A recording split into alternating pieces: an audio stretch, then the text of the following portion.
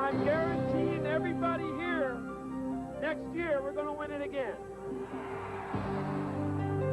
Apart from these Showtime Lakers, the only other NBA clubs to repeat as champions were the Detroit Pistons, who immediately followed them, led by Isaiah Thomas and coach Chuck Daly.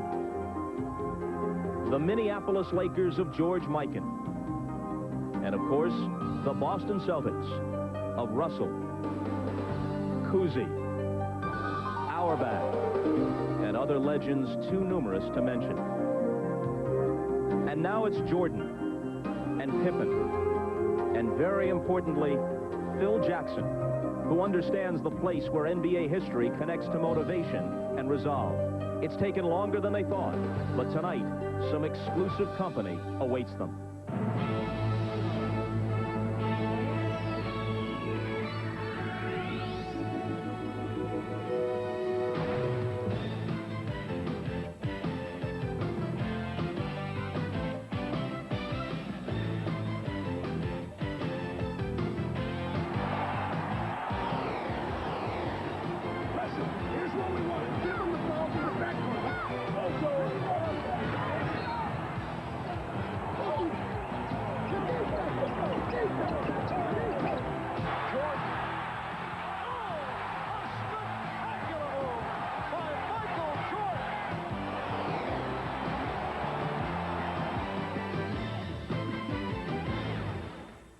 This is the NBA on NBC. The 1992 NBA Finals. Tonight, Game 6 between the Portland Trail Blazers and the Chicago Bulls. A pleasant and potentially historic Sunday night in Chicago. The 243rd consecutive sellout at Chicago Stadium, and none of the 18,676 here expect to be back on Wednesday night. Instead, tonight, they look for the final affirmation of what 67 regular season victories and a tough but thus far successful playoff run have indicated. For the second year in a row, this is the finest basketball team in the world.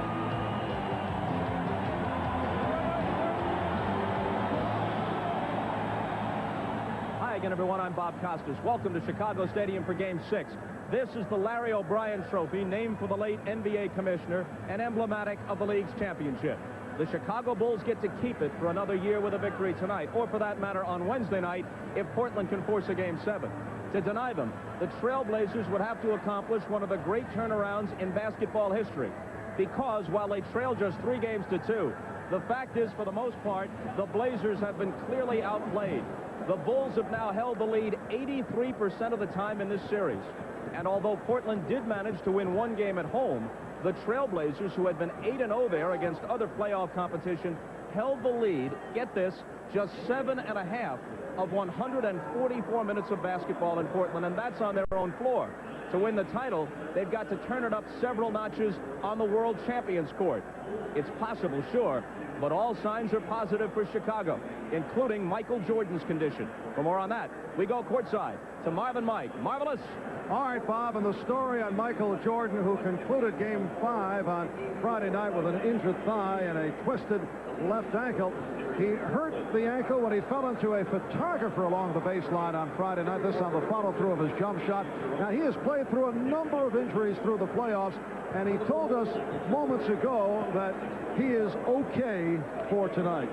Marv, the nagging injuries have been a problem, and stamina during the fourth quarter a point of concern. But the bottom line is Michael Jordan is having an incredible playoff series. Averaging over 36 points per game, he has moved into the 4th position of highest scoring average in a championship series. And as a result, is well on his way to winning a 2nd straight Finals MVP. Now, the last 3 games, the Bulls have exploded right at the start. They have gotten off to very fast starts, and with the Bulls back home and the crowd such a factor here, you know that a quick start by Chicago is a major concern of the Trailblazers. Well, this Portland team has shown its resiliency. They bounced back from a 33-point loss in Game 1, then in Game 2, down 10 points with 4.5 minutes remaining. They found a way to win in overtime. But if they're to have a chance this evening, they must avoid the early game deficits and foul trouble they had in their 3 home games. And let's keep in mind that in games 1 and 2 in this building, the stadium, they did get off to a very good start, played very well early in the game. So for the Portland Trailblazers, the season is on the line as we close in on Game 6 of this best of 7. Back with the introductions of the starting lineups in a moment.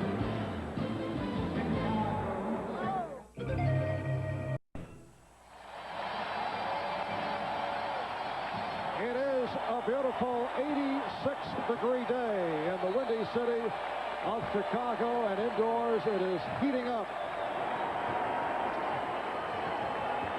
Although the Portland Trailblazers have other thoughts on the matter, Chicago fans looking to tonight as a coronation of the champion bowl, so the home club will be greeted with hysteria. Here is the public address announcer, Ray Clay. To the Chicago Stadium. Tonight, Game 6 of the NBA Finals is between the Portland Trailblazers and your Chicago Bulls. Now for tonight's lineup. First for the visiting Portland Trailblazers and forward from Maryland, 6'8" Buck Williams.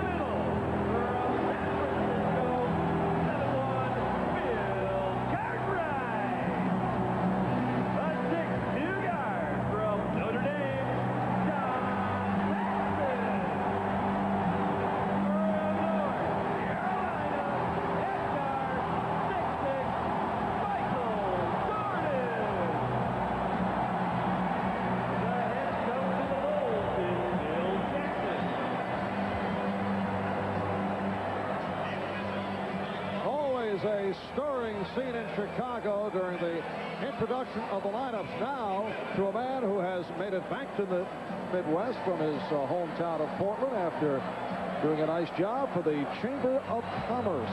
Here's Ahmad Rashad. Thanks, Bob. I also love Chicago. Now, you would think with all the pressure on the Portland Trailblazers that their locker room would be a little bit uptight.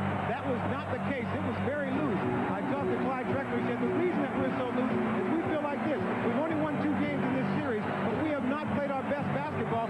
Hopefully we can do it tonight. In the other locker room on the Bulls side, the only thing they talk about, the only thing that was missing last year when we won the championship was we won it away from home. That will change. Not only will we win the championship here at home, we will also win it tonight. All right, Ahmad, and no team in NBA history has ever come back from a 3-2 deficit in the finals by winning the last 2 games on the road.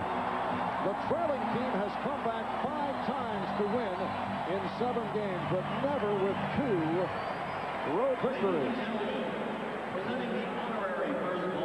And now, for the ceremonial opening tip, receiving an ovation from the crowd, one-time Chicago Bull, Bob Butterbean Love, the second all-time Bull scorer behind Michael Jordan. Bob Love played for the Bulls from 1968 through 1976. And hearing it from the crowd, it's Tom Bullwinkle, one-time Bulls teammate, giving him thumbs up. Tom is a member of the Bulls broadcast crew. The officials, Ed T. Rush, Mike Mathis, and Hugh Evans. Ron Kersey and Horace Grant on the opening tip, and John Paxson controls for the Bulls. We want to look early to see if there are any unusual matchups taking place defensively for Portland. Right now, it looks like they're trying to go straight up. A switch now has put Porter on Pippen immediately. Cartwright looking to go right at Duckworth. Yes. And Porter met by Paxson. Porter beating Paxson, but he missed the layup. Rebounded by Duckworth. Well, Porter looking to get into it early, and he's called for the offensive foul. Terry Porter has struggled to get his shots. The other night, in Game 5, he went 0 for his first 6 before he was able to hit. And when you lose your confidence, you have a tough time making decisions. This should have been a pull-up right there, about the 10-foot marker. Pull up and shoot that in-between jumper. Cartwright was planted the entire time. And recall the previous game, Game 4, Porter was able to manage only 7 shots from the floor. Pippen worked off the pick. Cartwright open. And moves down. Portland trying to come out of the gates quickly to avoid the early deficits they had in the last 3 games and stay out of foul trouble, the other point of concern. But the Blazers have opened up with some poor shots. Pippen had it broken up by Williams. And it will be Portland ball. Last touch by Pippen. The veteran official, Eddie Rush, making the signal one way and then realizing that he had pointed the wrong way. Enough presence, confidence, okay? And the fact that he's been around so long, you change it. You make it right if it's wrong and you have a chance to do it. Kersey, played by Pippen, goes to the alley-oop. Cartwright hits the floor and deflected it out of bounds. So the Blazers 0 for their first 5.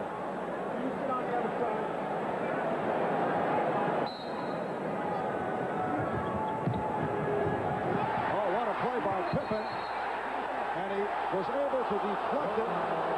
No, apparently not. He stepped out before he deflected off Kersey, and Portland maintains possession. I think Mike Mathis is saying that Pippen was out of bounds when he touched the basketball, therefore the possession goes over to Portland. Out of bounds, on the line, possession Portland.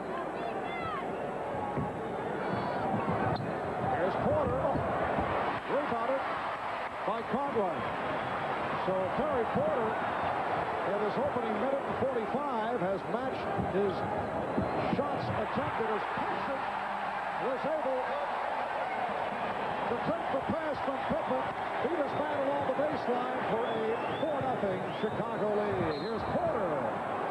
And Terry Porter has come out firing away. I started to say he had only 3 shots at the half on Friday night. That was his 4th attempt, although with the foul, he will go to the line. Horace Grant called for the personal. Obviously, you can see that Terry Porter has come out and himself tried to change his whole thing around, trying to get his team off to a quick start. He feels he cannot be the laid-back guard that just distributes right now. Someone needs to step forward. Problem could be if too many guys try to do it at the same time. They have to have the right blend and understanding of who's got it going and who doesn't.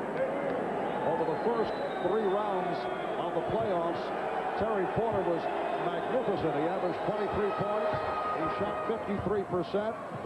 Hit 34 of 65 from three-point land. He scored 30 or more 4 times over those first 3 rounds, but it's been a different story against the Bulls. You can see Portland extending its defense, trying to put the pressure out there. It's a straight matchup. Point guard against point guard, big guard against big guard, small forward, small forward. I think the key will be Kersey's ability to guard Pippen. That's their area of concern. Right. Won't count. And Rush with the call against Duckworth.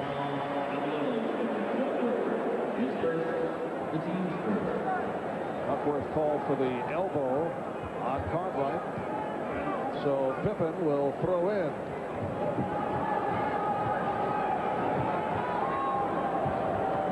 The Bulls 4 and the Blazers 2 were just underway. Scottie Pippen coming off a very strong performance on Friday night.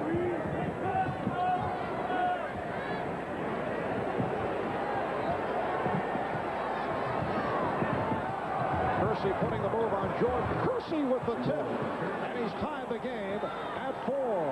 Phil Jackson mentioned to us earlier today that one of the areas of concern, the ability of Portland to put it on the floor, to steal, and now the slam dunk by Kersey. He gets 3 or 4 of those a game just because he has the ability to run out and fill a lane. And the Blazers take a 6-4 lead.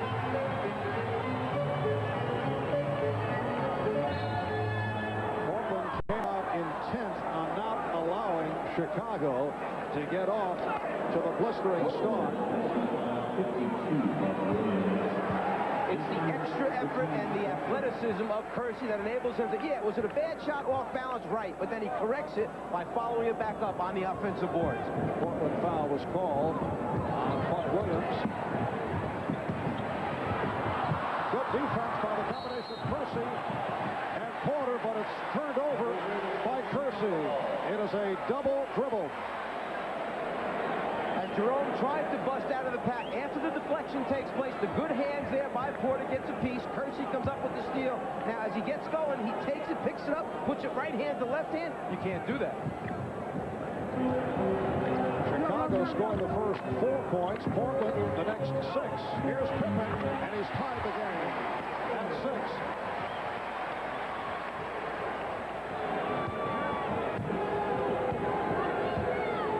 Kersey played by Pippen against Drexler, and it's rejected by Jordan. Michael Jordan with the rejection. He had some help from Cartwright. Well, they front the post to make the lob pass take place. The good rotation by Bill stops him from getting a layup, and then you got Michael coming from behind your head, which is always dangerous. It will be Chicago ball. When Michael's gas tank was running a little bit empty in those first 4 games down the stretch, we noticed that one area, blocked shots, he had 0 for the first 4 games. He picked up 1 in Game 5. Already he has 1 here in Game 6. And he was the number 2 shot blocking guard in the NBA behind Reggie Lewis of the Boston Celtics. And we get the whistle. The ball deflected out by Horace Grant, according to Ed Rush. Portland has opened up, hitting only 2 of 11 from the field. Kersey rebounded by Duckworth. So Portland leads by the score of 8-6. Turnovers and rebound, 2 key figures that have stood up each game. The 2 areas that Portland will try and concentrate on. Reduce their turnovers, get on the glass. Michael Jordan yet to attempt a shot. Shot clock at 4. Eludes the double team. And again, Portland on the run. The Bulls able to get back. Drexler stopped by Paxson, and then Jordan able to hustle it back. The Chicago defense is always swarming, so when you turn your back for a second, somebody else is coming at you. And Drexler stumbling threw it away. The Bulls take a timeout. A shaky start by both teams. 5 minutes gone by. The business climate is so competitive today. Either you give your customer the best possible service, or somebody else will. We could take you on a vacation you will never forget, but you've got to get through to us first. AT&T 800 service connects more calls on the first try, and it connects them faster, so more of your customers actually get through. To us, a single 800 call could be worth thousands of dollars. And if the call doesn't get through, the opportunity is lost. With the AT&T 800 assurance policy, if something happens and the customers can't get through, we'll reroute those calls to any working phone in 30 minutes. Guaranteed. We chose AT&T because our 800 service is our front door, and we want it open to anyone, anywhere who's thinking about a vacation. When you consider that every call is a customer, Why would you want anything less than the most reliable 800 service? If you want to win in the 21st century, you have to play the service game and play it really well. We can make a difference. AT&T. Call us. Attention to detail in the Mitsubishi Diamante LS goes much deeper than luxury and comfort. It includes traction control, advanced technology associated with Lexus and Infiniti. Diamante's traction control is part of a comprehensive safety system that reflects Mitsubishi's idea of luxury. The Diamante LS from Mitsubishi. The word is getting around. He's waiting about a car length and a half behind Al Jr. Al Jr. now lengthens it out. He's trying to hold him off. Goodyear low, Denver high. They go to 4, Bob Levy. Allison Jr. has the lead. One more turn to go. Here they come. Coming to the finish line. Bob Jenkins, who's going to win it? The checkered flag is out. Goodyear makes a move. Little Al wins by just a few tenths of a second. Perhaps the closest finish in the history of the Indianapolis 500. For most of the series, Chicago has had the lead. They have dominated in this department, as you can see by the numbers. Now, the last 3 games, Portland has started very slowly. We talked about this with Danny Ainge and asked why the slow start. It's typical for our team to start slow. Clyde is a guy that kind of gets a feel for the game and gets going as the game goes along. I think in contrast to that, the Bulls, Michael is the type of player that, similar to Larry when I played with Bird in Boston, likes to come out right from the get-go and get going and then kind of coast through until he's needed again. And I think it's just a contrast in styles, and it's really hurt us. It's interesting how the great players can pick and choose which way they would like to come out to start a game. Earlier, when we spoke to Michael before the game, he had mentioned that tonight he does not want to come out real strong as far as scoring. He'd like to get his teammates involved and then pick and choose his spots in the beginning when he wants to try and score. Well, he's attempted only 1 shot. Came up with that blocked shot a moment ago, so he is, as they say, letting the game come to him. 6:53 remaining. In this first quarter, it's Portland 8 and Chicago 6. Portland wanted to concentrate on rebounding right now in the early going, a 9-2 advantage on the glass. For Portland, Duckworth with 5. Jordan slicing through, and he drew the foul. He was met by Duckworth, and he put the move on him. Duckworth called for his second foul. Well, Michael, with the terrific crossover move right to left, is just too quick for the big man to come out and try and play him, Duckworth. Now Clinton Robinson replaces Kevin Duckworth, who was called for his second. That was called a non-shooting foul.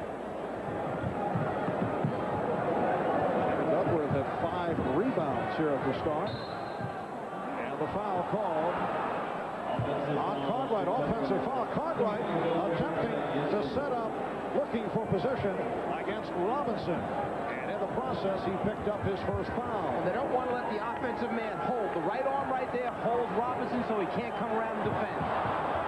Robinson went short from Kersey is right there. A strong start for Kersey. Blazers 10, the Bulls 6. Let's go back to game 1, the blowout here when Chicago took the Trailblazers apart. Only 25 minutes of playing time for Duckworth because of early foul problems. Only 18 minutes for Buck Williams. They have to stay out of foul trouble. Cartwright working his way in. And it will be Portland ball.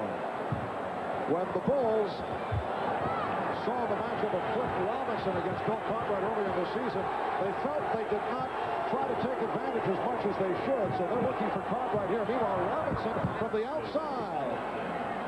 Cliff Robinson, 3 games ago, struggled at 2 of 11, then bounced back with a good one in game 4, 3 of 4 the other night in Portland. Pippen off the ball, and over the cover. Blazers lead 12-8.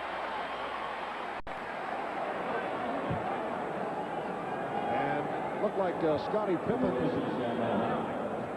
took a shot under the nose. And there is blood on his uniform. The officials are checking to see if there is an open wound, open cut. According to the NBA rule, they must stop the game. He must come out of the game. They must clean it up and then cover it before he's allowed to continue. Well, Pippen is saying no, he's all right. The Bulls trainer Chip Schaefer took a look, and now the officials are checking it out. Scotty, I think, saying that he was bleeding from his nose. He just used the top of the uniform to wipe it and stop the bleeding, but there are no open cuts, evidently. NBA officials now in the role of Arthur McKenzie or Mills Lane. 5.5 remaining in the first quarter. Blazers with the ball. They lead it 12-8, although they've shot only 5 of 16. Chicago 4 for 10. Porter dumps it off. The rejection by Grant. Horace Grant, who had 4 blocked shots the other night, and has been a terror in that department against the Blazers, coming up with an emphatic block on Buck Williams. That was Grant's 14th block in this final series. He's all over the interior area, either changing or blocking shots. It's discouraging. Just when you think you got a clear look, here comes Grant to get a piece, change the entire face of the offensive structure for the team. Bill Cartwright sitting down. Scott Williams, second-year player from North Carolina, has checked in. He will match with Buck Williams. Just under 5 minutes to go in this first quarter. Robinson. And the rebound handled by Williams.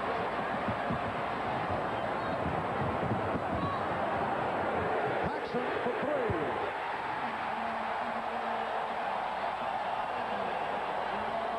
Portland 12, Chicago 11. If you try and get your help from John Paxson's side of the floor to stop Michael Jordan off the dribble, he just floats to an open spot, waits for the pass.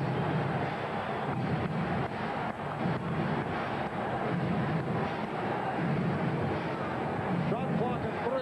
Porter with a force, and he hit it in through the foul. Terry Porter had to hoist it up with the shot clock dropping down. Paxson commits the foul, and Porter will go to the line. Well, you said it. With the clock running down, Porter knows he has to get it off. Paxson right there getting a hand. The foul takes place on the wrist. Perhaps this will be the thing that gets Porter off that tough shooting stretch he's been involved with. 3-point play for Terry Porter. It's Portland 15, Chicago 11, as we come up on 4 minutes remaining in the first. Offensive foul on Jordan. That's his first. Well, the officials are not going to let Michael Jordan get away with anything extra. It's the left hand holding Clyde's wrist so that Clyde can't move his feet. Clyde calls it, the officials call it. No extra advantage for Michael Jordan. Not that he needs any. Very quiet start for both Jordan and Drexler. Now Grant switches off to Drexler. Shot clock at 5. Drexler changed his mind. Porter has to force again. It's an air ball, and it's a 24-second violation. It's tough enough in the NBA to get a good shot with the shot clock running down on the 5. But against Chicago's defense, with the quickness and size that they have, when you pass the ball back and forth with 5, 4, 3 on the 24-second clock, nearly impossible to get a good look. Pippen lost control, but was able to recapture.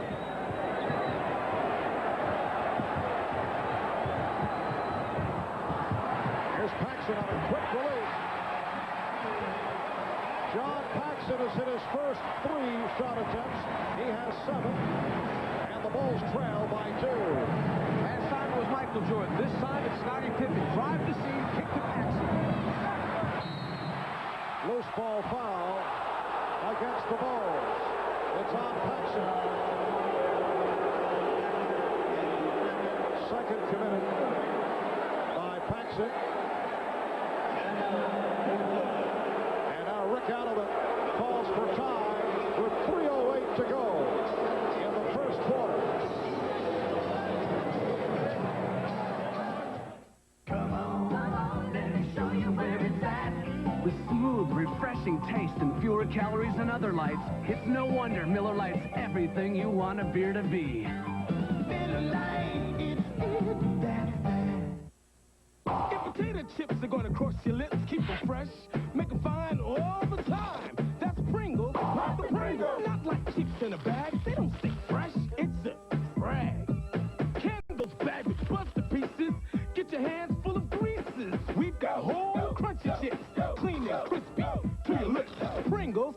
Pringles. Go for fresh because Pringles got them. Fresh pop right to the bottom. Once you pop, you can't stop. The same bold engineering that made the Mitsubishi Diamante such a successful luxury performance sedan has now taken automotive luxury in an entirely different direction, introducing the all-new Mitsubishi Montero, a luxury automobile whose luxuries include state-of-the-art four-wheel drive. The 1992 Montero by Mitsubishi. The word is getting around.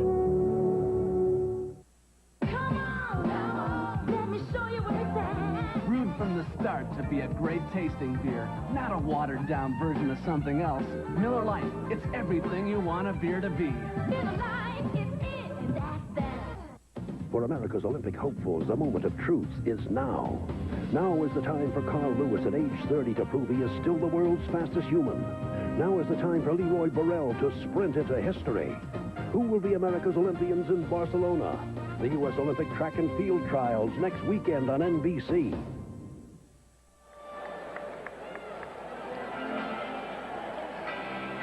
After knocking out two jumpers in the offensive end, Paxson a little over-aggressive going for the rebound. The body contact to Porter. Personal foul, number 2 on Paxson. B.J. Armstrong reports to the scorer's table. He will replace John Paxson on the floor. And Paxson has had the hot hand, 3 for 3, including a three-pointer, 7 points. In this series, he's knocked down 7 out of 15 from three-point land. Here's B.J. Armstrong coming on. So Jordan and Armstrong in the backcourt for the Bulls. Scott Williams up front with Scottie Pippen and Horace Grant. 3 minutes remaining in this first quarter. Jordan with the interception. The Bulls trail 15-13. 4th turnover in this first quarter for Portland. And Jordan is fouled. Because Chicago anticipates so well, in particular Michael Jordan, the passing lanes are most dangerous. You have to be sure before you pass the basketball. Crisp, short passes.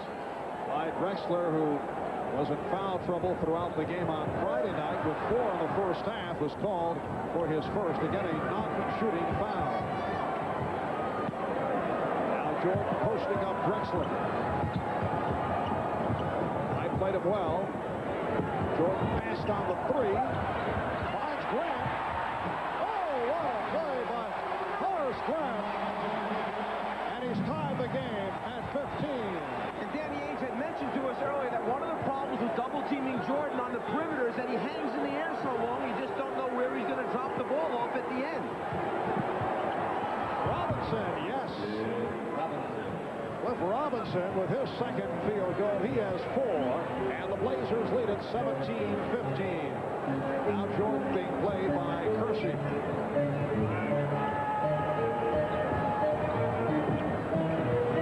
Armstrong. Just under 2 minutes remaining in this opening quarter. Clyde Drexler throwing it away. He thought he had a teammate on the far side. The decision-making ability of Michael Jordan, when he gets in the air, he now has 3 defenders occupied. It's just a matter of picking out the right man. That time it was Grant. Danny Ainge has checked in. Grant from Armstrong. Bulls caught the Blazers relaxing. They did not get back. Chicago's team tests you mentally in all facets, every area. If you fall asleep on an inbounds pass, they'll try and get a quick one on you. If you're lazy on a pass, they'll intercept it by cutting in the passing lane. They make you execute and pay attention 48 minutes. Buck Williams called for the foul. And Grant to the line.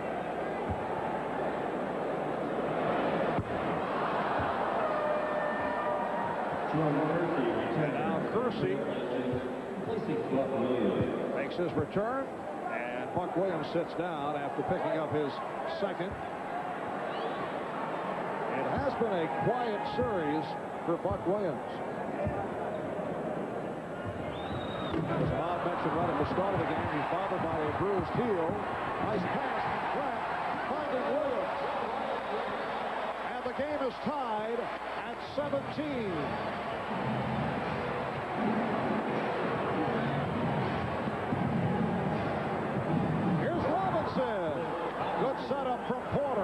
Blazers lead 19-17.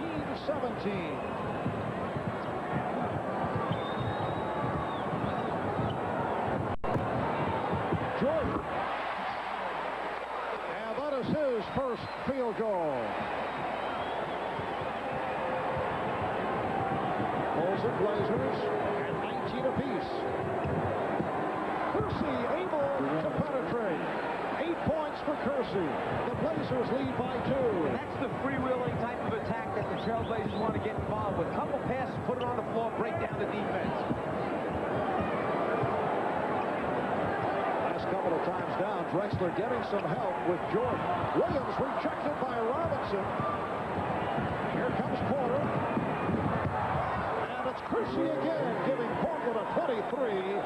19 lead. Eames with the steal. Kersey for Drexler. Rebound, Kersey. Jerome Kersey with a magnificent first quarter. This is his style, and he has really hurt the ball. 6 of 11, 12 points. Blazers lead 25-19. 15 seconds to go in the first quarter.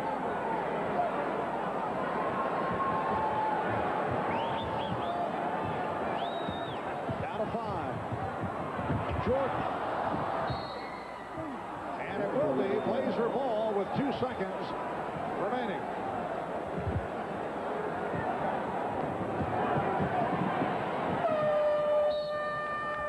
That's the end of the first. A good spurt by the Trailblazers. And they lead the Bulls by the score of 25-19. Good defense will produce easy offense. The block shot that time by Robinson helps to trigger the fast break.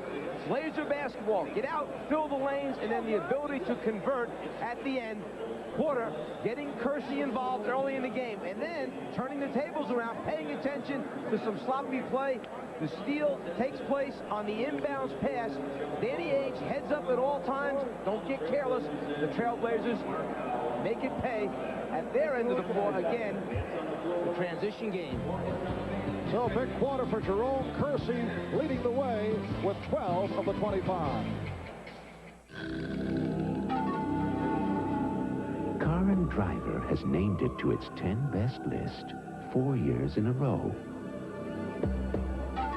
Now, there's a Mitsubishi Eclipse you can lease for just $500 down and as little as $149 a month. But hurry, this Eclipse will soon disappear. Mitsubishi, the word is getting around. To me, when a woman sweats, it just isn't sexy. Of course a guy's gonna sweat sometimes, but when you're close, who wants a guy that smells? Get closer with Arid Extra Extra Dry, the anti-odor, antiperspirant. I trust Arid.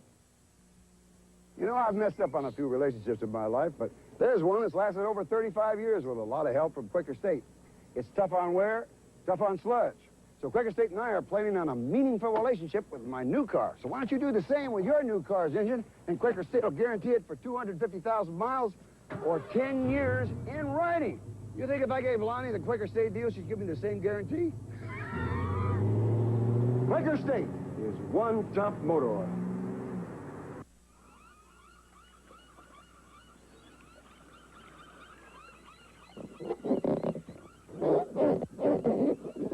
The new Sperry Topsider, now with considerably more cushioning. All over the world, they've been preparing for Barcelona. Developing strength. Defining perfect form. It has to be flawless. Because this is no ordinary competition. And these are no ordinary stamps. These are the 1992 Olympic Summer Games commemoratives. Stamps worth saving at your post office now.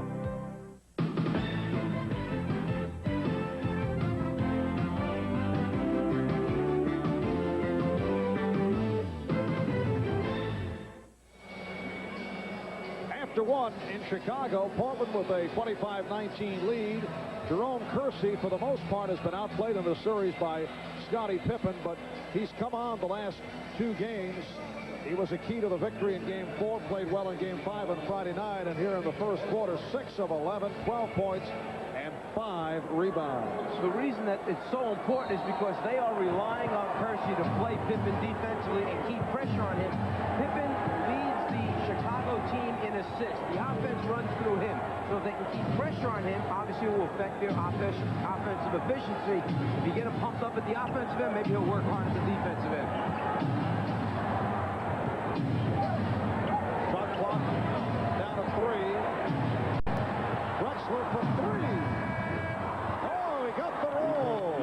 Clyde Drexler has come out with a different personality here in the first half. He's looking to give up the ball. Perhaps the thought that the shot selection was not wonderful in Game 5, and whether it's the coaching staff or Clyde himself, but you can see he has started the game differently. Shot clock at 3. And Michael Jordan drills it home for his second field goal. He has 4. Blazers lead 28-21. I think that's the way Clyde wants to play, Michael. Challenge him a little bit, but back off so you don't get beat with that first quick long step. Make him make some jump shots before you come out and really get up tight on him. Oh, pretty pass off the dribble by Robinson. Cliff Robinson with a good start. Blazers lead by 9. So that stat earlier, the Chicago Bulls during the course of this series have led for 78% of the minutes played coming into tonight. Jordan rebounded by Cartwright and knocked away, and the Blazers are back on it. Well, in the first quarter, Portland trailed for only 2 minutes of the 12. Here's Drexler passing the 3. Drexler on the tip.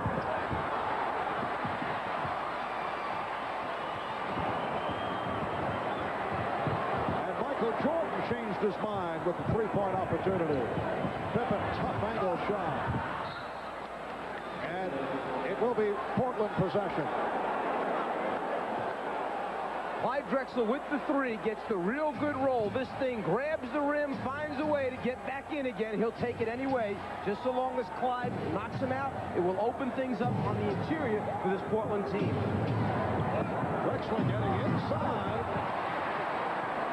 Easy opportunity for Drexler, who now is 2 of 8. Well, he's had 2 layups the last 2 times down. Once he puts them in, things will work out. Pippen drawing the double team momentarily. Shot clock at 5. Down to 1. Pippen. It's a 24-second violation. Portland should feel real good about itself right now defensively. They're denying, they're moving their feet, they're getting good help, not getting beat off the dribble. Timeout taken by Phil Jackson. Dark Man is coming to...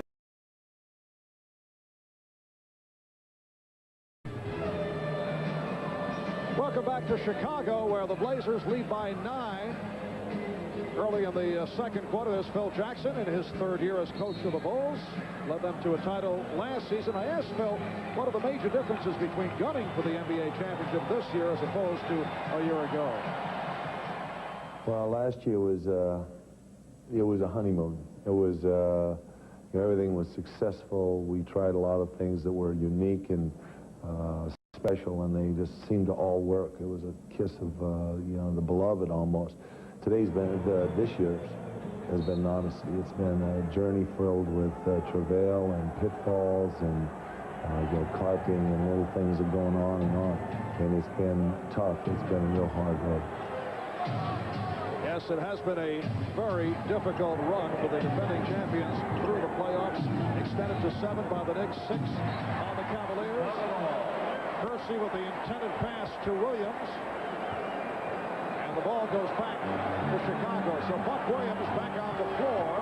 He's playing with 2 fouls. He's matched with Horace Grant. 3 minutes in, second quarter. The Blazers lead by 9. Michael Jordan sitting down. So Scottie Pippen running the club is able to hit on his 3rd field goal. He has 6. And it's Portland 30, Chicago 23. Bobby Hansen replacing Michael Jordan. And Hansen is guarding Ames. Kersey got the step. He has 14 points. Jerome Kersey in his 8th season out of Longwood College in Virginia.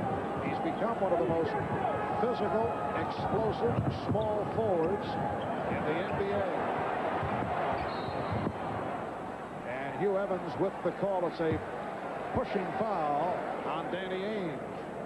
With Chicago going over the top, Pippen winds up high side. It gives Kersey a chance to put it on the floor baseline and then splits the next defender rotating over.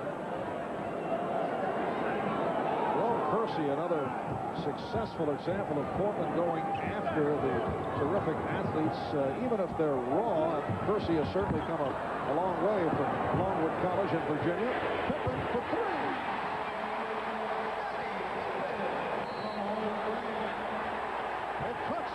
To 6. And the call against Portland. Jerome Kersey for the offensive foul. Here's another look. After Pippen makes the shot, it's in transition as they're running back down the floor.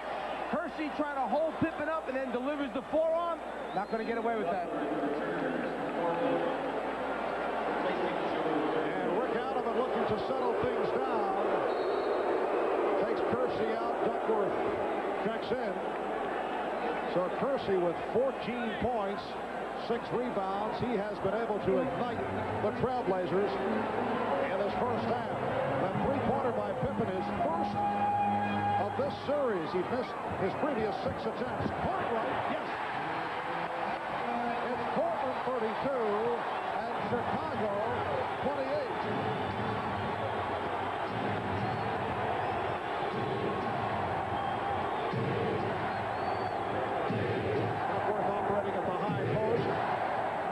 Defense from the crowd. And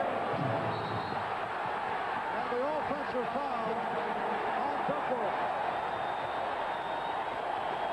He got entangled with Hanson and is called for his 3rd. I'm not so sure this isn't a pretty good acting job by Hanson. You're talking about a guy that's close to 300 pounds. When he's backing up, it's only natural you're going to fall down. The Blazers want to talk it over. They call for time.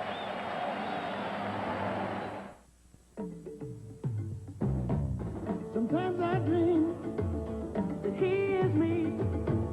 You got to see that's how I dream to be. A dream I move, a dream I do.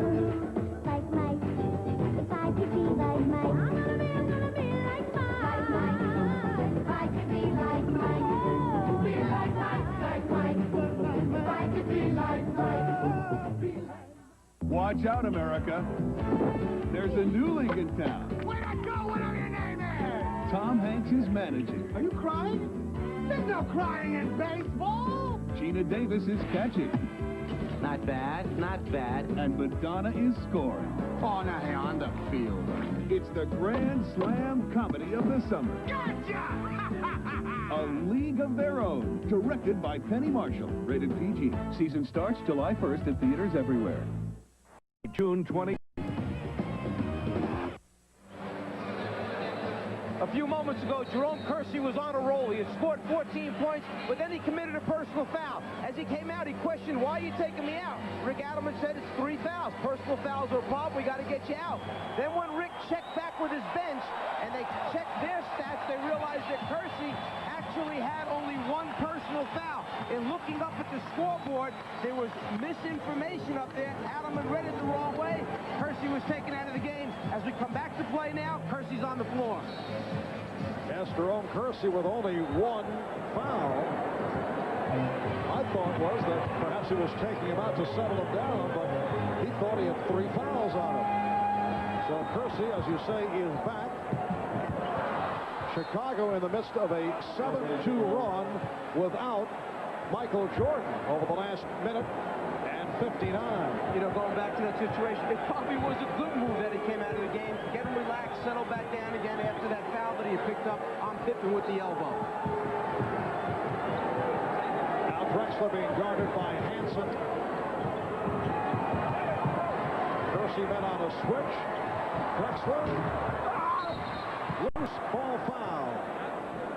called on the Bulls. Let's go over to Ahmad. All right, Mike and Marv, part of that confusion was that Mike Sheminsky, the trainer, was not keeping a correct count of how many fouls that Kersey had. Rick Adelman extremely upset at Sheminsky.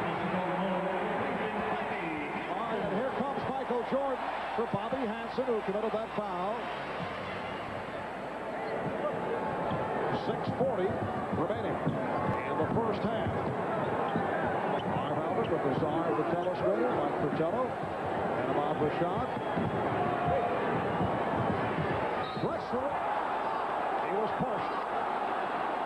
The problem with the Portland offense at times is that with their passing game motion offense, it becomes very congested. The spacing is not good. As a result, you try and make passes in close quarters.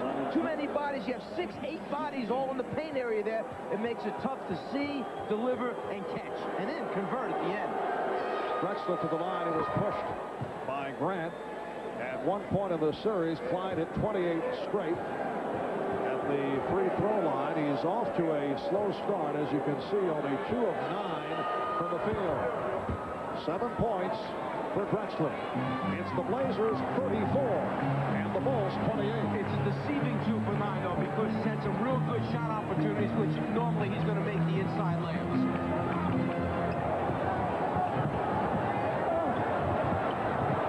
Cartwright's pass picked off by Robinson. That's the pressure defense, the hands. The second time we've seen it pay off. Robinson, earlier Porter with the good hands, caused the turnover.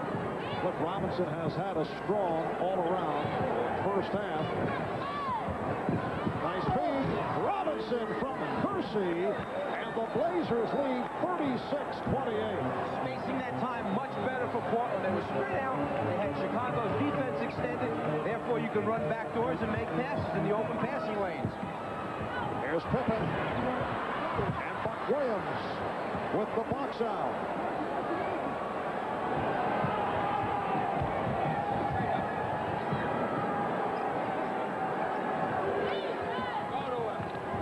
Here's Porter for Robinson. Drexler passed on the 3, and it's rebounded by Jordan. Picked off by Porter. 2-on-1. Jordan back. Drexler goes right at him. Blazers with their biggest lead of the night. Terry Porter back in transition defense. Porter 2-on-1 played the middle linebacker role. Eyes seeing the whole floor, anticipated the pass, and then went and picked it off. It's a 10-point lead for Portland. B.J. Armstrong. And it's swept by Clyde Drexler. Porter stumbling, but able to get it to Kersey. Drexler around Cartwright. Once again, it's Drexler on the drive. Blazers lead 40-28.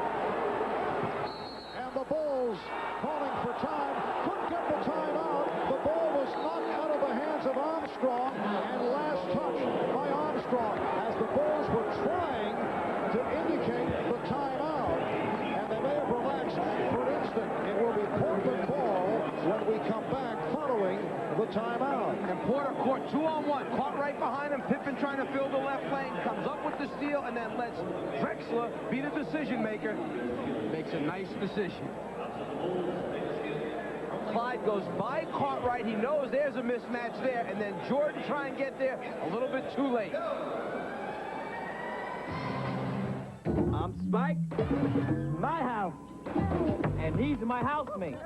Let's play some ball. I ain't playing ball with no ball hogging, trash talking, showboat, Nike wearing, high flying, donut dunking, hip hopping, homeboy from Harlem. And I ain't playing ball with no flat-footed, Boston loving, gravity bound, Nike wearing, no dribbling, golden hair, hockey playing, farm boy from South Dakota. Hold up. If we're gonna live together, we gotta play together. The more colors, the more better. Peace.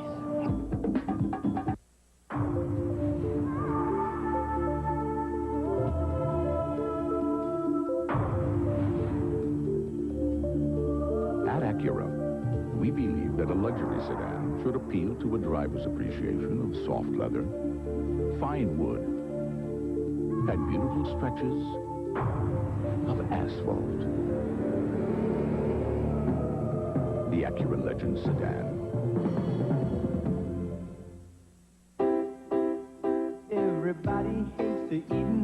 We'd rather take it slow, but the way this life is going, gotta grab your food and go. And when all that running round catches up with you at last, get yourself some Alka-Seltzer and you'll feel better fast. For acid indigestion or heartburn with headache, nothing's faster or more effective than Alka-Seltzer. Get yourself some Alka-Seltzer and you'll feel better fast. She looks more like a gymnast than a diver, standing only 5 feet tall and weighing a mere 90 pounds. More incredible is the fact that Fu Ming Shaw, the world's premier diver, is only 13 years old. Can this youngster's amazing acrobatics bring her Olympic gold? Fu Ming Shaw, one to watch this summer on NBC.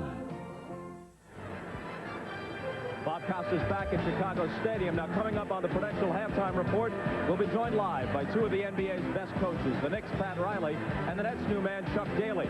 Both have a first-hand knowledge of what Phil Jackson is trying to do this evening, win back-to-back NBA titles for the Bulls. Riley, of course, did it with the Lakers in '87 and '88, and Chuck Daly's Pistons turned the trick the next 2 years. We'll get their thoughts coming up in just a few minutes on the Prudential Halftime Report. By the way, this happens to be Flag Day, Marvin Mike, but if the Bulls are going to grab the banner tonight, they'll have to kick it in gear down by 12. Let's go back down courtside. All right, Bob. And Portland with that 12-point lead, and just before the timeout was indicated, B.J. Armstrong forced into the turnover. Good pressure by Cliff Robinson. It was last touched by Armstrong. And John Paxson had been up at the table ready to report in. He was on his way back because he knew Phil Jackson had signaled for the timeout. Chicago, with Jordan sitting down getting a rest, outscored Portland 7-2, and one of those oddities with Michael back on the floor. Portland has unleashed 8 straight points. Make it 10 in a row, yes, and it counts. Buck Williams with the strong drive, fouled by Scott Williams, and Buck will go to the line. You don't associate Buck Williams and putting the ball on the floor from the top of the circle, taking it to the basket, but he had the step, put it down with his left hand. Good concentration and conversion. Buck Williams on the line for the first time.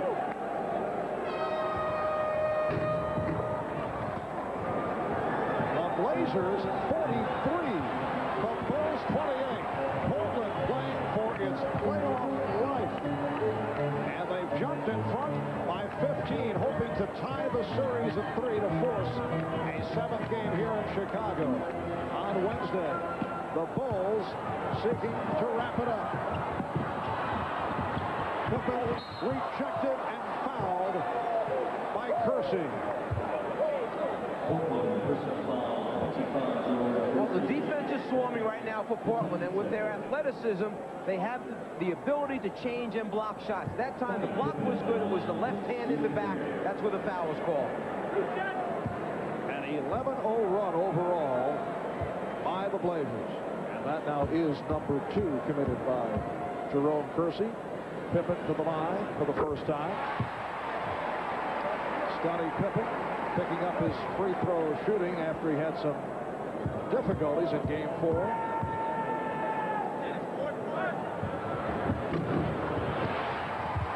So the Blazers lead it by the score of 43-30.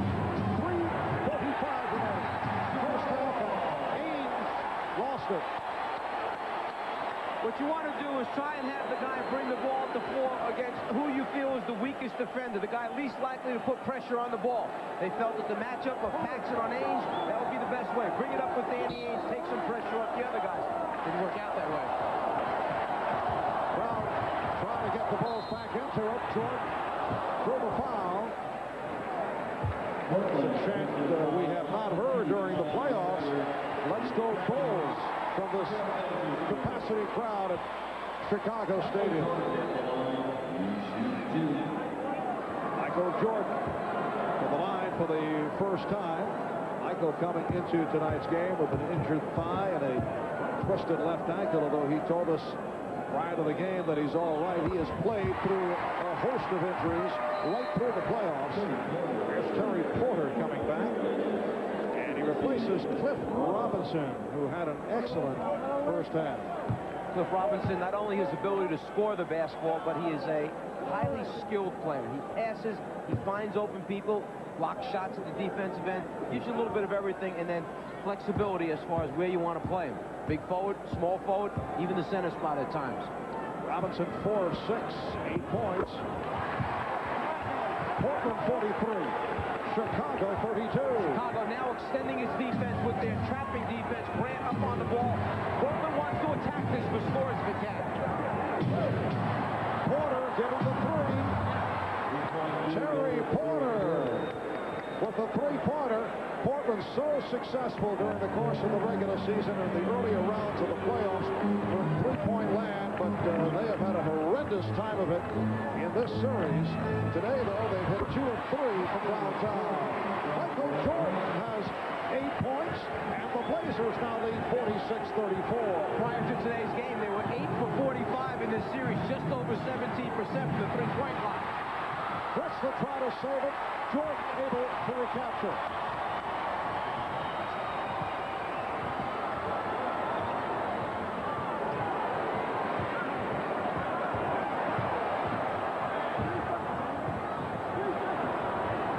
And the Bulls reset it. Shot clock at 5. Pippen checking the clock. Pippen off the spin. Rebound Williams. Williams again. He pops it out. Jordan for 3.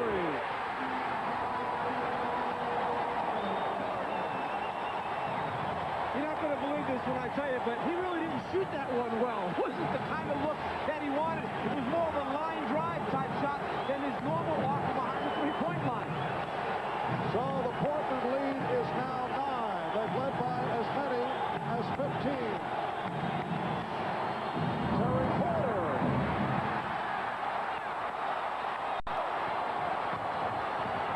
You have to use your timeouts wisely in this building against Chicago. Don't let them get on a roll. Keep the crowd out of it if you can. Drexler knocking it away. Shot clock at 9. Jordan. And again it's Scott Williams. And he's called for a timeout.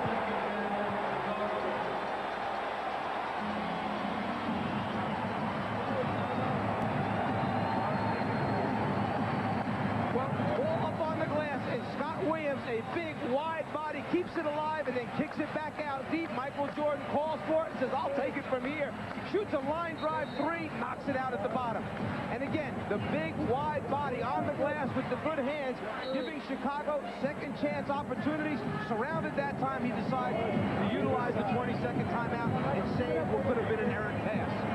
5 rebounds for Scott Williams, 3 from the offensive glass.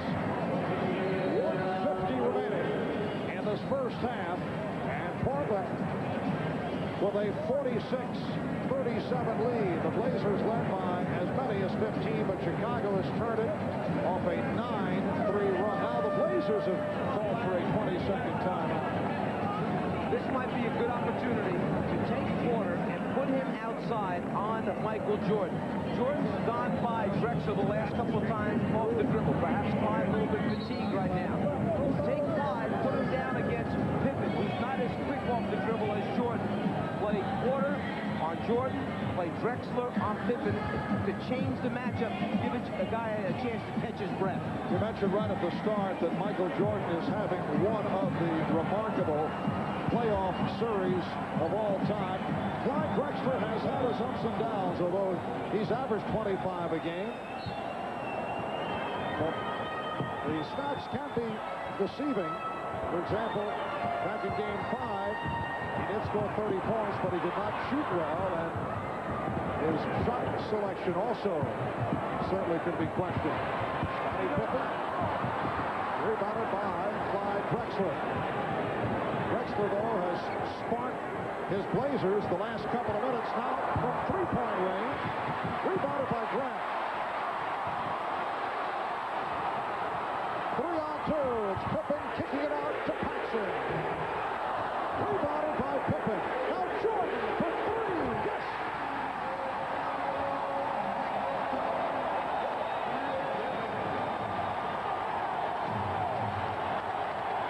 So Portland leading by 6.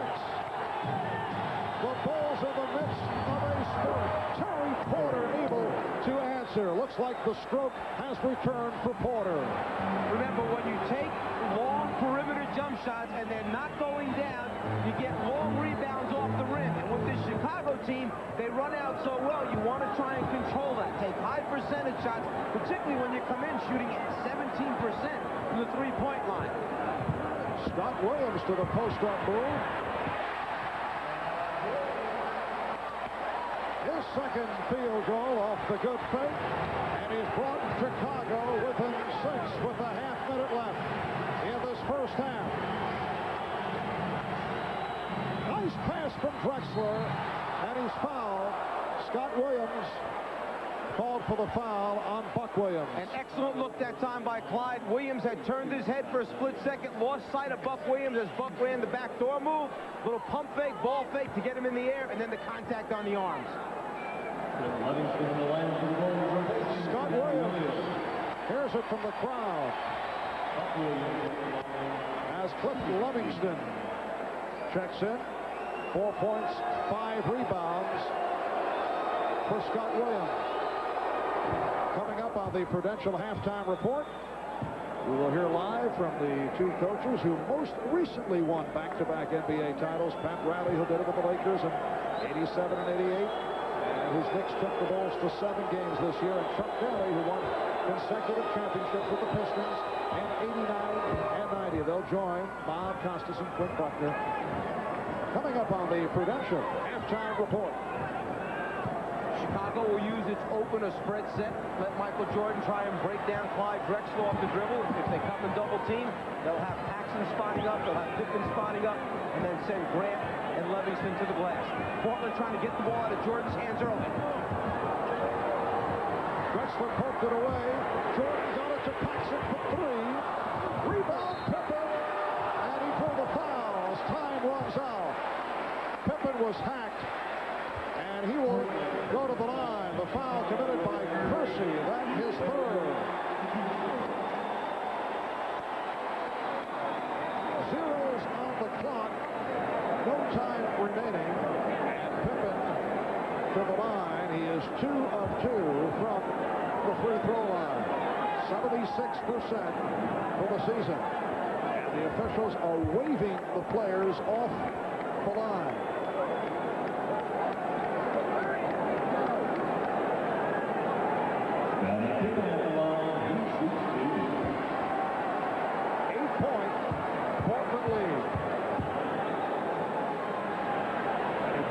Say it is tougher to shoot the free throws without players lined up. You feel lonely. You're out there by yourself. You know there's 20,000 people in here looking at you. There's nobody around to give you any support on either side. Scottie Pippen hits the free throws, so the Blazers by 6 at halftime. Clyde Drexler did not shoot well, 4 of 13 for his 11 points. Michael Jordan coming on late in the second quarter, finished at 5 of 10 for his 14. Bob and Quinn coming up. They'll be shouting with Pat Riley and Chuck Daly. It's Portland with the lead at the half. We'll be back in a moment.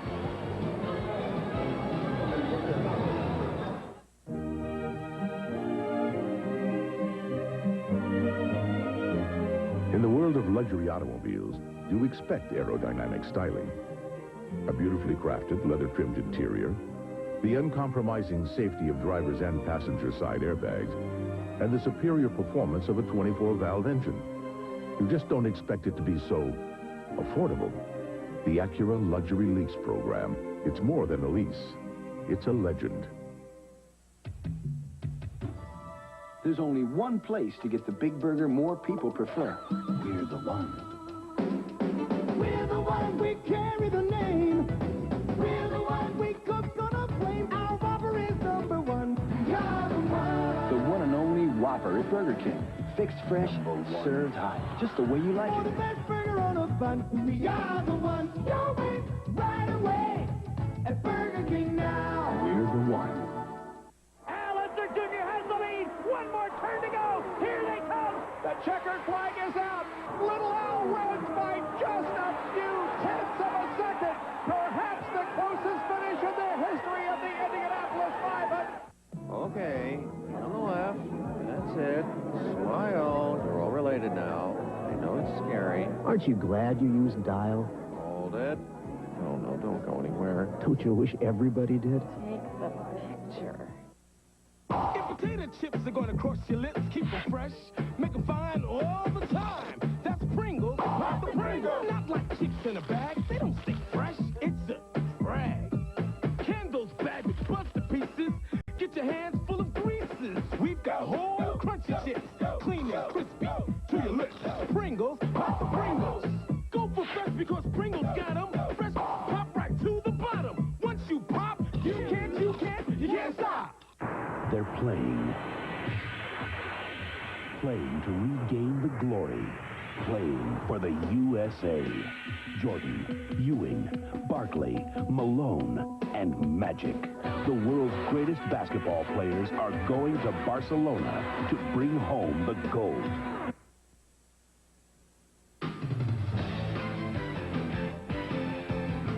This is the Prudential Halftime Report, brought to you by the companies of the Prudential. In a changing world, one thing remains rock solid, the Prudential. Halftime at Chicago Stadium, and if there is to be a celebration here tonight, it will not be easy. The Blazers surprising the Bulls 50-44, although they did lead by 15 at one point, and Chicago closed the half on a 16-7 run to get to within 6. Welcome to the Prudential Halftime Report. Bob Costas, along with Quinn Buckner, Pat Riley, and Chuck Daly in just a moment. First, a thought on this first half. Well, then I watched the first half. I thought the Bulls came out flat, and Portland took advantage of it. They started getting to some loose balls, but then right at the 7:57 mark in the second quarter, all of a sudden, there was this foul by Kersey, and you could see the energy come up in Chicago, and since then, Michael Jordan has turned it up, and now the flow has definitely moved back in favor of Chicago. But no matter what, no matter the outcome, the Blazers have not come here to simply hand it over. They've come here to show that they'll make the Bulls work for it. Well, I think this is one of the best positions the Blazers can be in, and when you think about this, they don't have anything to lose by laying it on the line. So they came and they played their hearts out in the first half. The question is, can they get enough out of themselves in the second half? Okay, the NBA went 19 years without a team repeating as champions. From the 1969 Celtics, Bill Russell's last year, to the 1988 Los Angeles Lakers. After the Lakers repeated, Detroit stepped in and won back-to-back titles in 89 and 90. The gentlemen who coached those Laker and Piston teams respectively, Pat Riley and Chuck Daly, join us now from Los Angeles and Detroit. And guys, before we talk about the specific question of repeating, a thought on this first half. Let's start with you, Chuck. Has Portland's performance surprised you?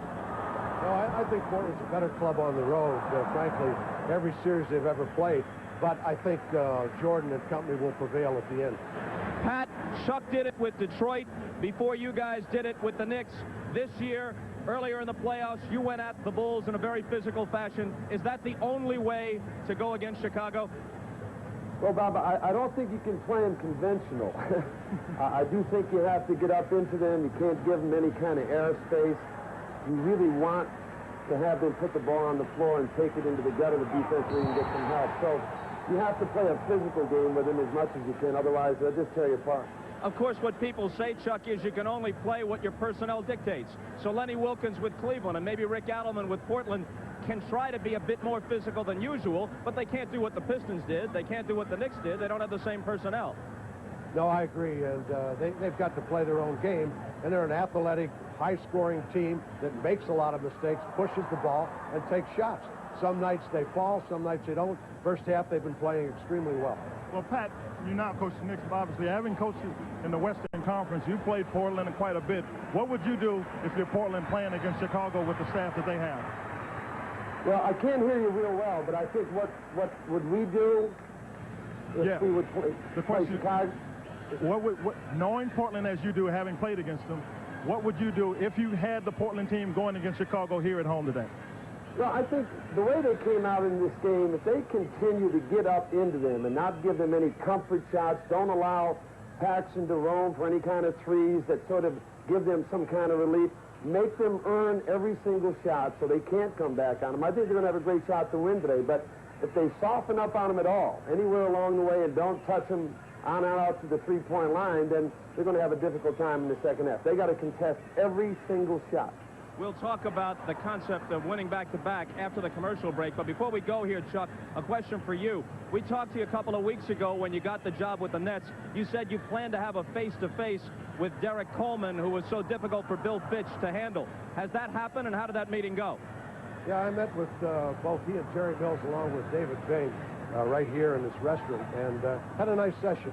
I think the kid wants to win. I think he's bright. I think he really has some talent. So I'm looking forward to coaching both of them. Hey, Pat, you might have thought that you had Chuck Daly out of your hair first in the finals those years with the Lakers, then this year when he had the Pistons. Now he moves right over into your division. Just where we want him. If he starts hairspraying his hair, then I know we're in deep trouble. I know that. It's a wardrobe duel for sure, though, hair or not. We'll continue with Chuck Daly and Pat Riley right after this message from Prudential and a word from the NBA.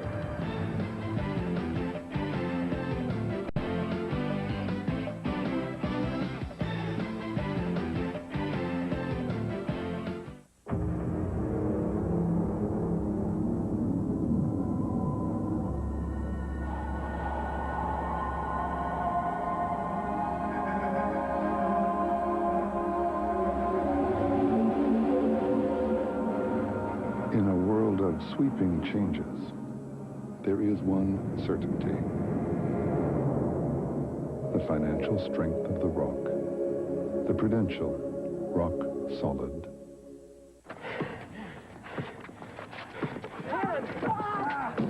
Got it! That boy, find me! Whoa! Outside jumpers! Uh-oh! Yes! Game point. Better get tough. Oh! Nice shot. Attaboy, get the ball. Great game. You're getting better all the time.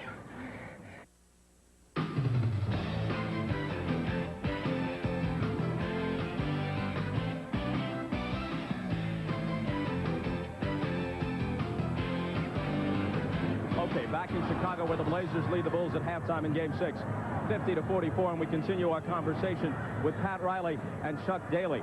Now on the subject of repeating, Pat, in 1987, when your Showtime Lakers won it, you went through the playoffs 15-3, and 2 of those losses were to a truly great Celtic team. Then the next year, you had 7-game series after you swept San Antonio. You had to go the full 7 with Utah, Dallas, and Detroit.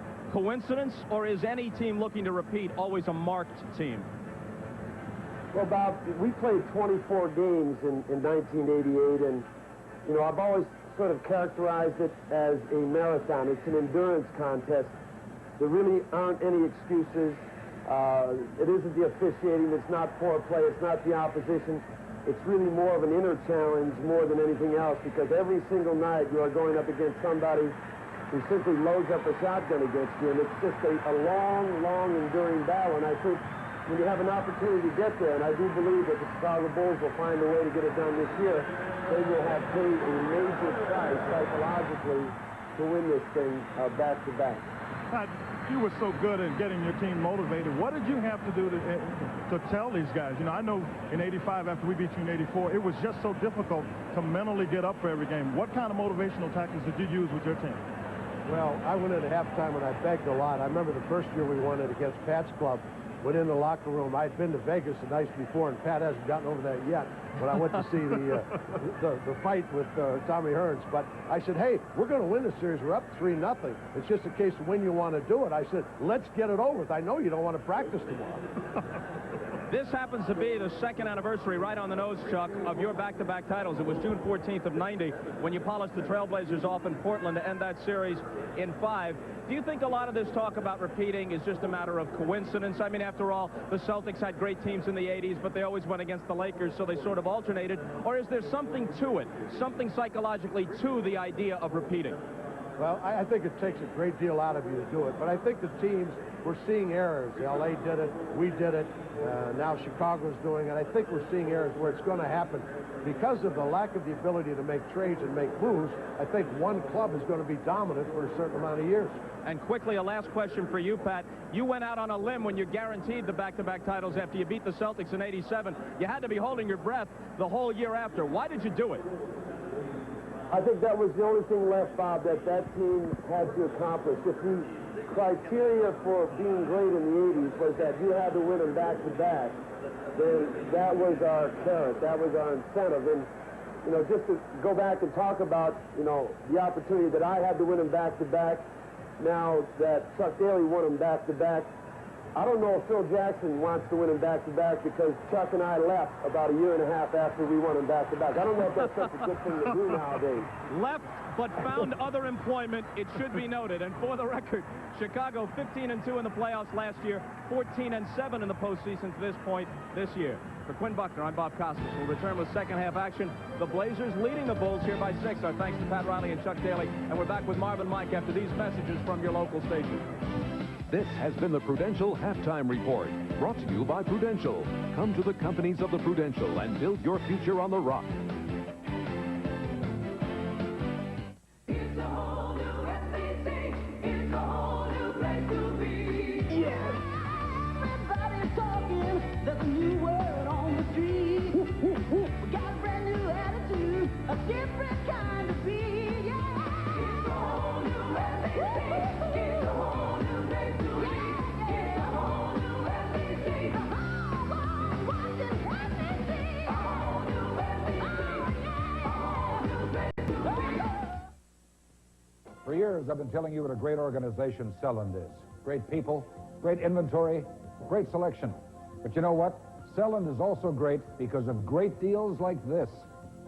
3.9% financing or $750 customer cash rebate on any new 92 Pontiac Bonnevilles in stock. Now, doesn't it just make sense? Great deals from a great dealership. Selland, south of the interstate Moorhead, the dealership that works. Not long ago at Subway headquarters, our founder, Fred, had a good idea. Why not take the best part of a chicken, that being the breast, cook it the best possible way, that being slow oven roasting, and serve it on the best bread around, that being Subway's fresh baked bread. The result, the new sliced roast chicken breast sandwich. A sandwich fit for a king. And since our chicken's 93% fat-free, it's fit for fit kings, too. For more information on the new sliced roast chicken breast sandwich, visit the Subway near you. Some words about the Northland Edition Ford F-150. The Northland Edition is a very special F-Series that we build. They're two-tone vehicles that are just simply some of the sharpest and best vehicles that this plant has ever produced.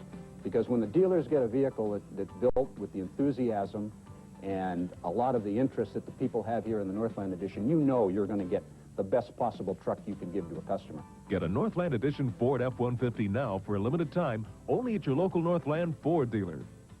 Meteorologist Tom Szymanski, 5, 6, and 10 on KTHI News 11. At Chicago Stadium, the Blazers lead the Bulls by the score of 50-44. Now, all year long on our NBA telecast, we have brought you Miller Genuine Draft, Genuine Moments. Well, tonight, the Czar and I have personalized those moments. Here's a look. Miller Genuine Draft presents Genuine Moments of the NBA Finals. It is official. 20 years down the road, 25 years down the road, I'll be sitting somewhere in some lake fishing, and I would have to say to myself, boy, you know, I wished I had played that night. I wouldn't have let that happen because that was my moment. Reed played with courage as he lifted the Knicks to their first NBA title. Marv, one of my favorite moments was in the 1980 finals when Magic met the Doc. In Game 4, Julius Erving introduced us to The Move.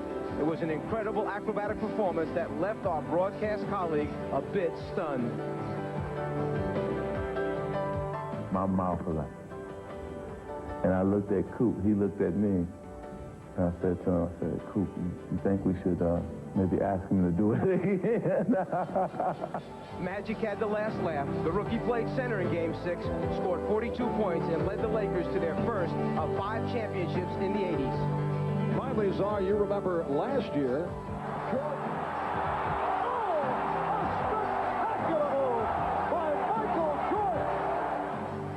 It was a classic case of air defying gravity. I think that's got to be the most incredible shot I've ever seen. I mean, the hang time on that, I give that a 10.10. Looking back at some of the major moments in NBA Finals history. We'll be back with our second half after this.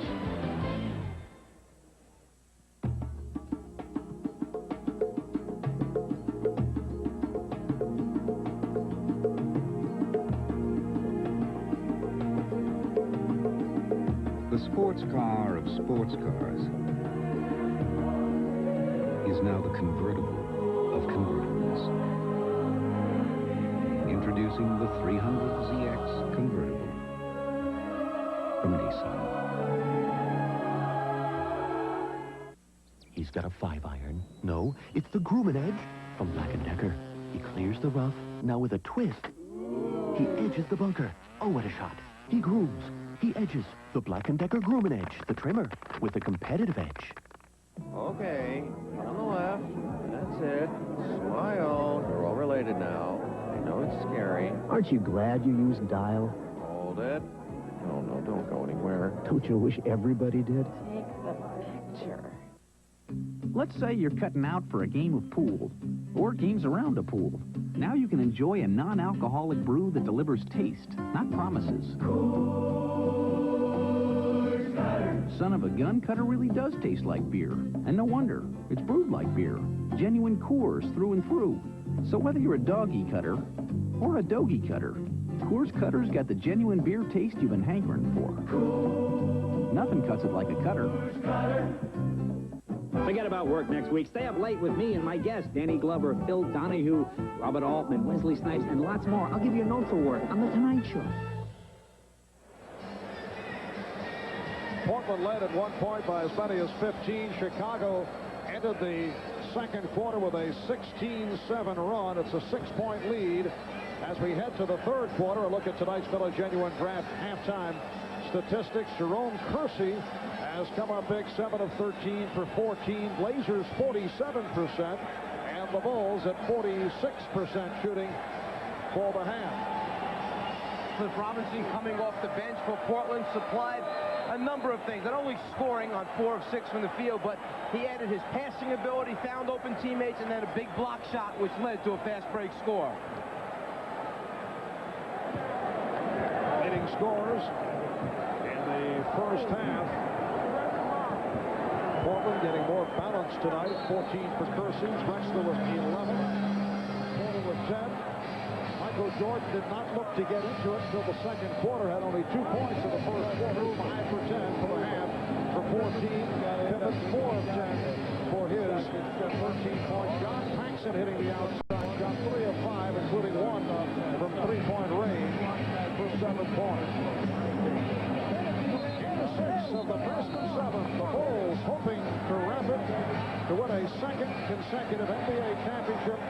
Portland looking to tie the series, extending to a Game 7 on Wednesday. The Blazers, though, have had all kinds of difficulties in the third quarter in this series. And they've discussed it, they've talked about it, coming out in the beginning and having a good start. Well, they did that this evening. Now, the third quarter remains to be seen, but this has been a big problem area for them, controlling the third quarter, scoring points in particular.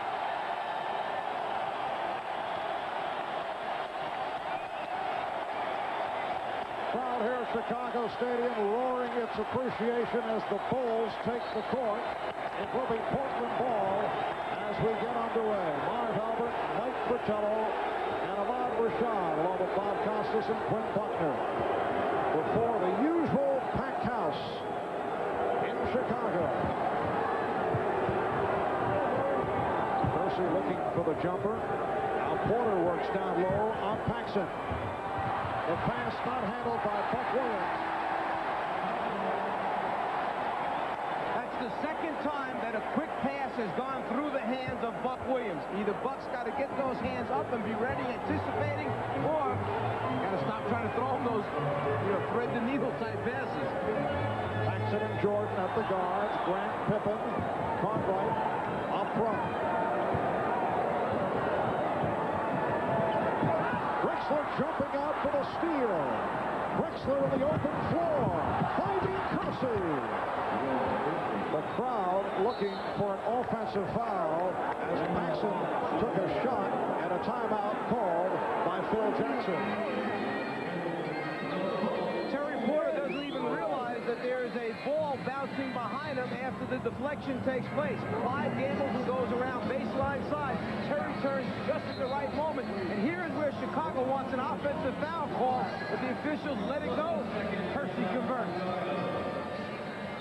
The defensive pressure and steals at the end of the first half, 5-2 in favor of the Trailblazers. They know if they pick up their steals, it's going to let them get out in the transition game, which is their strength. So Portland leads 52-44.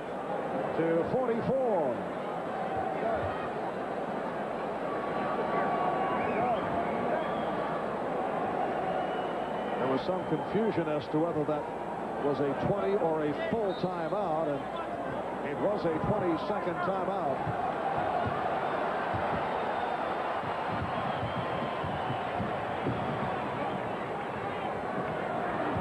Pippen being played by Kersey. Pippen for the three-pointer. And it's rebounded by Buck Williams. Gets it down to Kersey. Kersey on the follow. And it will be Chicago ball. Is that the fourth layup this game that Portland has had right at the rim, and just they haven't been able to convert? And credit Chicago also for hustling back and not conceding the score. Minute and a half gone by in the third. Conroy lost it off his foot.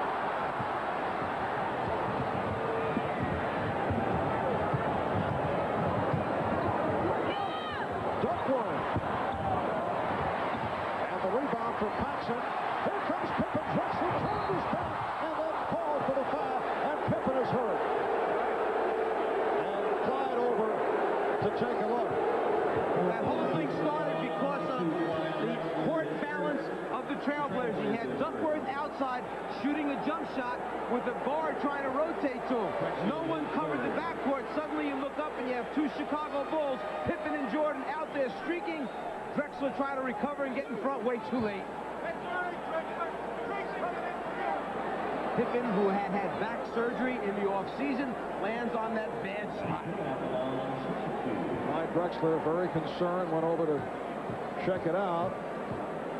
Scottie Pippen indicating that he's all right. The foul on Drexler, his third. Pippen is 5 for 5 from the free throw line. He has 14 points. Portland leads by 7.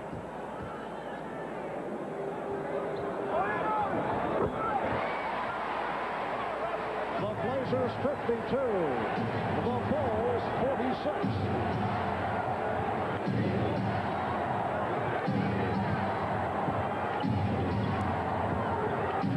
Porter for 3. Duckworth came up high to set the pick. And it will be Chicago in possession. You had Duckworth out there trying to set a screen to give Porter a pick-and-roll situation, but then there aren't too many people on the offensive boards. Michael Jordan. Jordan was fouled. Blazers 3-on-2. Oh, what a ball fake by Drexler, and now he's fouled by Pippen. I think that Scottie Pippen remembered who had committed the foul at the other end of the floor. Pippen chasing him down, going to make sure that he just gets enough of him to send a message back. The numbers, they're out early. The pitch ahead pass by Porter. Pippen not conceding anything easy.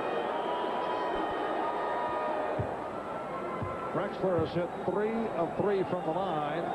He has 12 points.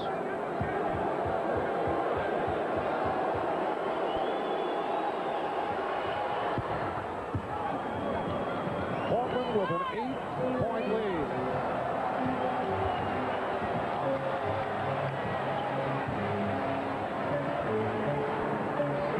Clyde Drexler now guarding Michael Jordan with 3 fouls on him. Jordan rebounded by Williams.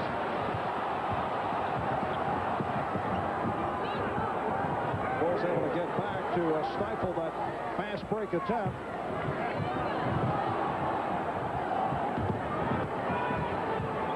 Here's Porter. Yes. Jerry Porter with 12. Blazers lead 56-46. You're going to have people step up and make big baskets to stop the Chicago runs, because you know that when they get on those streaks, they're most dangerous. And Paxson was stripped. Duckworth gets it down to Porter. So Portland leads by 12, and Phil Jackson calls for a timeout. From the beginning of the game, you could see that Terry Porter wanted to take charge. He wanted to be the guy to take some of the pressure off of Clyde Drexler. He does it here off the dribble and changes hands and winds up shooting it lefty in Michael's face. And then after the steal, Porter's gone down the floor. Duckworth with a good long outlet pass leads to the easy score.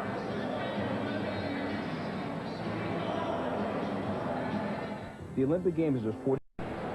Well, for Terry Porter, a native of nearby Milwaukee, although he told us that occasionally he comes to Chicago to check out the Bulls as a youngster. It has been a turnaround tonight. He averaged 18 a game during the regular season. Excellent during the course of the first 3 rounds, but his stats have been down in the finals. But he's looking for the shot tonight. He's hit 5 of 10 for 14. And you look at the Blazers' playoff scoring as compared to the first 3 rounds, they have fallen off. But in particular, Terry Porter has dipped. He's now down almost 9 points per game as compared to his production over the first 3 rounds. Chicago 0 for 3 from the field in this third quarter. Make it 0 for 4. Blazers lead it 58-46. Kersey, yes, and give the assist to Terry Porter. You know, after the first 4 games, Terry Porter was averaging only 3.5 assists per game. Then he comes out in Game 5, has 7 assists in the first half, 1 in the second half. Dribble penetration will lead to good shots for his teammates. John Paxson hitting the jumper. He has 9, and Portland leads 60-48. 4 minutes gone by in the third. Now Michael Jordan guarding Jerome Kersey. And the blocking foul called on Jordan. That is his second. Getting back to the difference in scoring, the Blazers obviously having a bit more of a difficult time against the Chicago Bulls as compared to the earlier rounds of the playoffs. Bulls defense is a much different type of defense. They're very aggressive. They take away your passing lanes, and they control tempo. That's the big thing. Duckworth swinging inside. The Chicago crowd looking for the offensive foul call and looking for a foul on Kersey. A very strong defensive effort by the Trailblazers. Paxson, same spot. John Paxson has 11. Porter with a nice pass off the dribble, but a foul was called. Offensive foul on Drexler. That's his 4th. Duckworth with the up and under move shows Cartwright, comes back with the left hand. Drexler holding off Jordan, the offensive foul call, because both arms are wrapped around Michael. Well, a critical call against the Blazers. Drexler playing with 4. He picked up 4 in the first half the other night, and that is an offensive foul on Cartwright.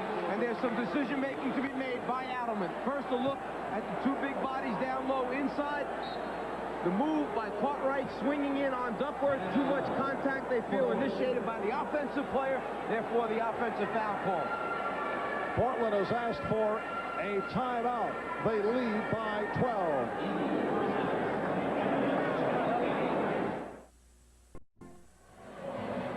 A moment ago, Clyde Drexler was called for the offensive foul for holding Michael Jordan, not allowing Jordan to run around.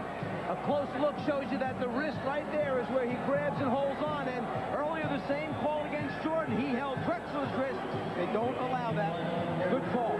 Now, as Cartwright turns in, smashing Duckworth's nose, the big fella in there with little gauze, and you called it earlier, they need some of those trainees to come in and do some work here. Well, that was a referee, I think. Boxing referee. Portland by 12. 6:45 remaining in this third quarter. And the Blazers Blazers turn it over.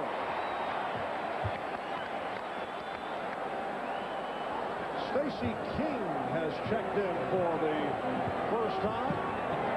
So King is up front, along with Grant, Pippen, Jordan, and Paxson in the backcourt.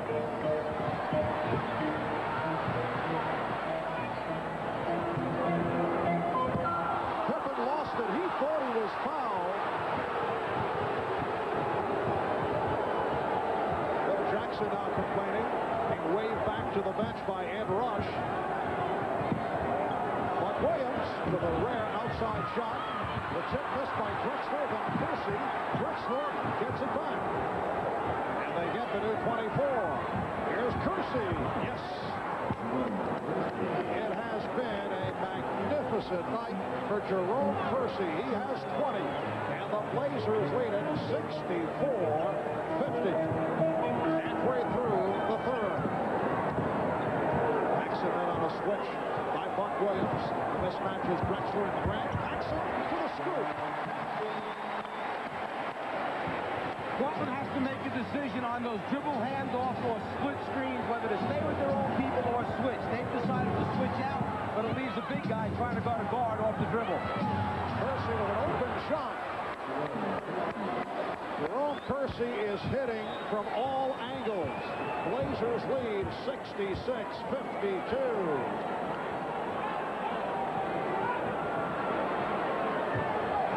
Guarding Jordan. Porter trying to draw the offensive foul. 16 for Jordan.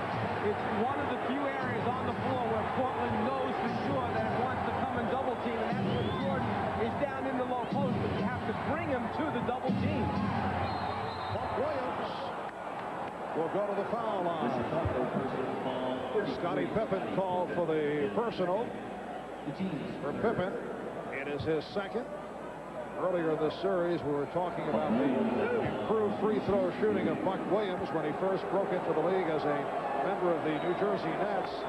He struggled at the line, but he's come a long way. Buck now 75% from the free throw line, and he's 4 for 4 tonight. You can see the progress that he has made in the finals, shooting better than 90% at the line. Because of turnovers that they forced, steals, 8 steals, and then offensive rebounds. They have 11 at this point. I'm talking about Portland.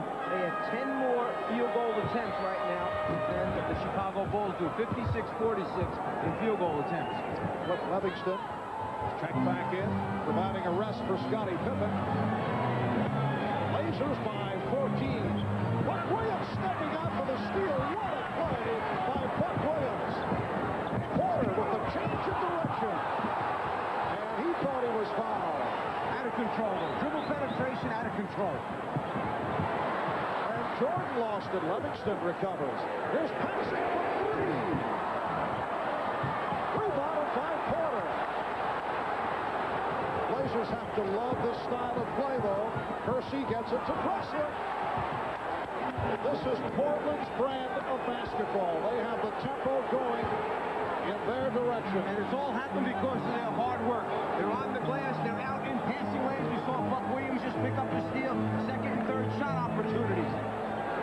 Biggest lead of the night. 16-point margin for the Blazers. Trying to tie the series at 3. Forcing a game 7 on Wednesday. Livingston is fouled. That draws the sardonic roar from the crowd. There have been a number of times that Clyde Drexler has wound up open under the basket. His teammates are finding him. Kersey with the good look. Clyde with the conversion.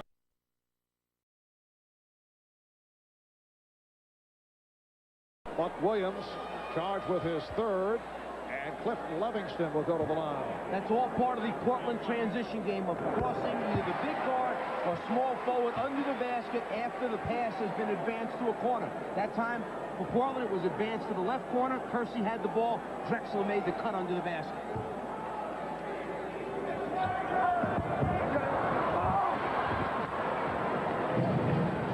Portland with the ball and a 15-point lead. 3:40 remaining. Third quarter. Kersey guarded by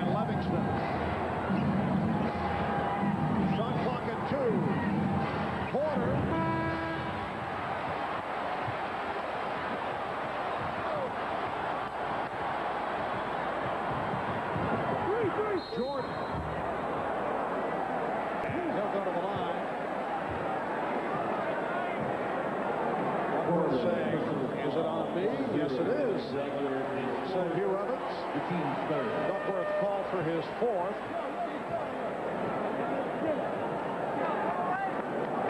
Well, they're saying a non-shooting foul.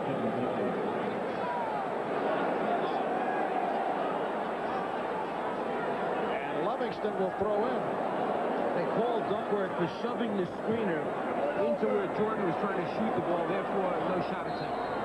Now Jordan is fouled. That counts, and the foul called on Porter.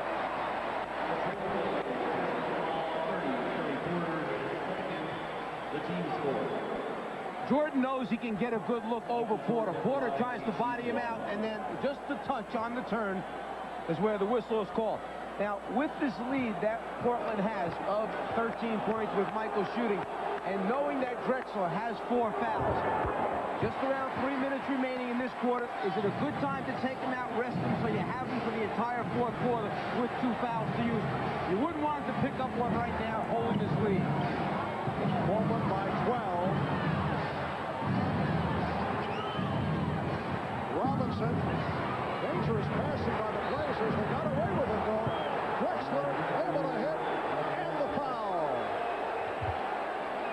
17 for Drexler. Livingston called for the foul. Well, the interior passing is so difficult, but players with good hands. First, Robinson finds a handle, then he looks for an open teammate. Clyde stays after it, finds the handle, and the score, and the free throw opportunity. E.J. Armstrong come on for John Paxson. E.J. played 10 minutes in the first half, did not score. 2:45 to go in the third, and the Blazers lead by 15 points. And Adelman is playing Drexler on B.J. Armstrong, quarter on Jordan to avoid the foul situation. Robinson with the block, and the foul is called. Livingston will go to the line.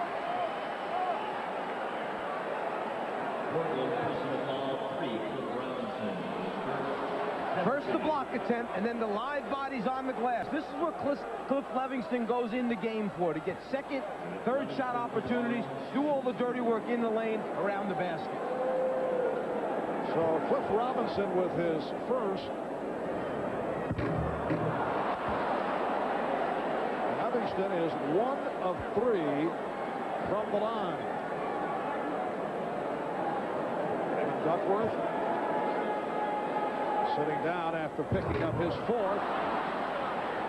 Well, the Bulls having their problems at the line, while Portland has been perfect. Blazers 13 for 13 at the line. Here's Drexler allowed to penetrate.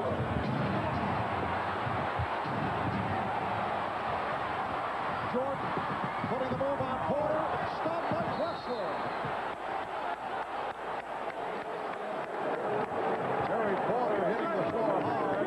Along with Clyde Drexler, B.J. Armstrong called on the foul. Just a terrific defensive effort by Clyde Drexler. Jordan goes by the first 2 defenders. Drexler running the floor the whole way, setting this up way behind as far as steps, but the perfect timing, and he covers so much ground to get the block and save what looks to be like a sure score. Great defensive play, particularly with 4 fouls on Clyde Drexler. And Jackson can't believe it. The 15th foul on the Bulls. Porter is now 4 of 4 from the line. And Drexler will sit down. Drexler with 18 points, but only 6 of 17 from the field. So it's Portland up 75-58 as we come up on 2 minutes to go in the third.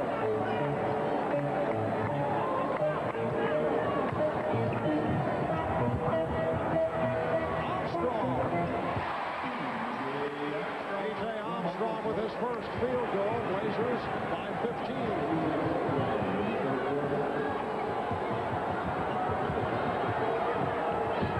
Here's Porter.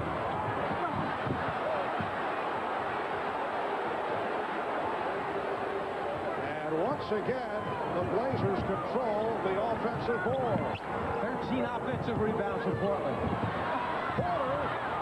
Terry Porter with 18, and Portland leads 77-60. The difference in this game, along with the production of Jerome Kersey, the fact that Terry Porter came out very offensive-minded, although he did not hit early, it got him into it early. Armstrong with the shot clock down to 1.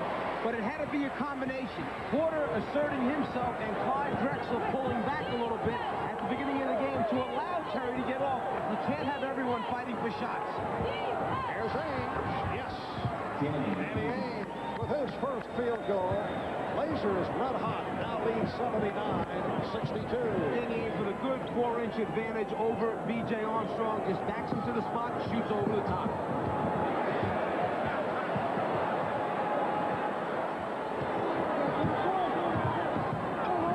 To the spin, and Kersey felt that there should have been an offensive foul on Jordan. And Jordan felt he should have been shooting a free throw after he scored the basket.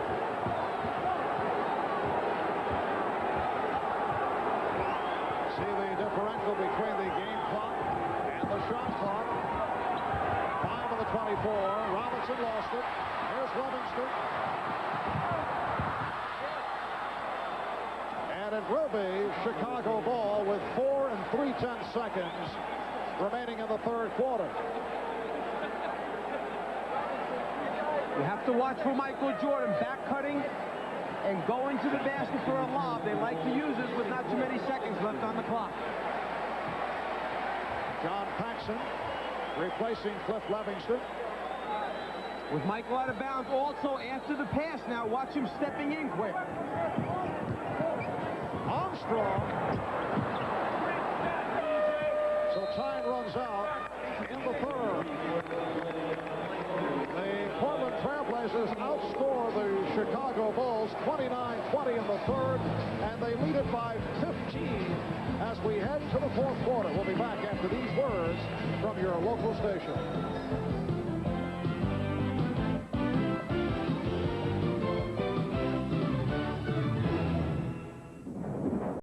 Quinn Buckner, and the Portland Trailblazers with their best third quarter of this NBA Finals series as they come up with 29 points.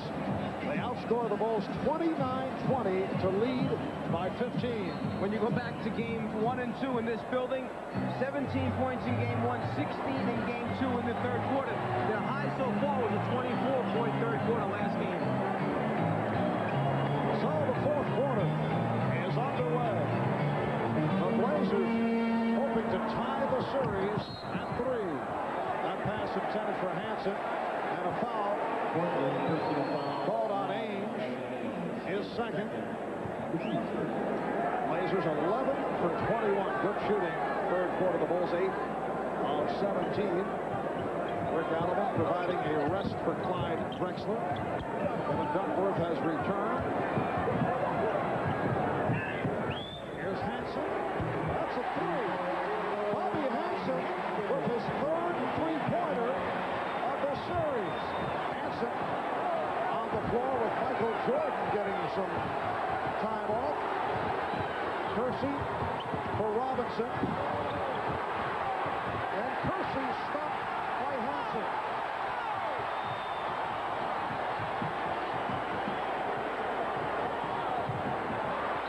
Oh, King was wrong. And the Bulls asking for a flagrant foul. I think the referee has called a flagrant foul. They'll shoot these free throws and get the ball out of bounds on the side. If there's not an intent to play the ball, instead playing the body, they're going to call that flagrant foul.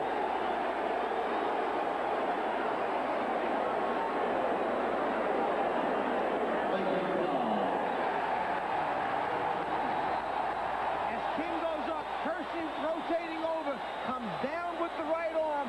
That follow-through of the right arm is what is going to determine whether or not it's a flagrant foul. Kersey has already been called for one flagrant foul previously in the finals.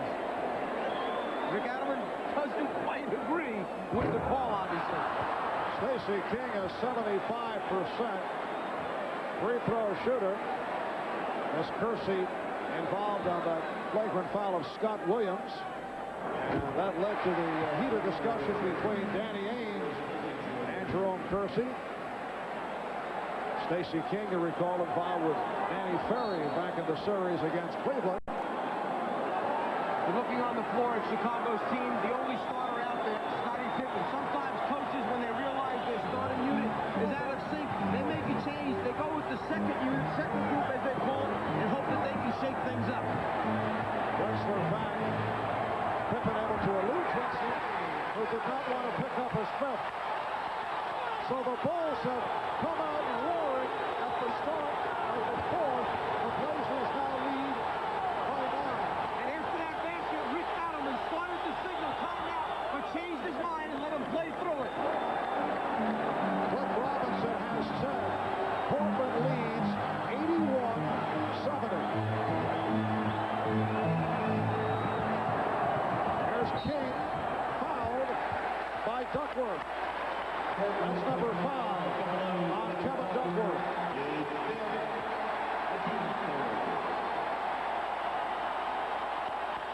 When you're matched up and you're playing Stacey King, you have to play him strong for the left-hand drive. He's not going to put the ball down with his right hand and try and beat you to the basket. Now Portland takes a timeout. We'll be right back. The Dream Team plays for the first time. To the Thurgood Marshall Scholarship Fund. And John Paxson has done the job tonight. He's hit 6 of 9 for 13 points, including 1 from downtown. Stacey King back to the line. The crowd detecting the possibility of a run by the Bulls, who have been sparked by this unit. Stacey King, Scott Williams, Scott Pippen up front with Bobby Hansen and B.J. Armstrong in the backcourt.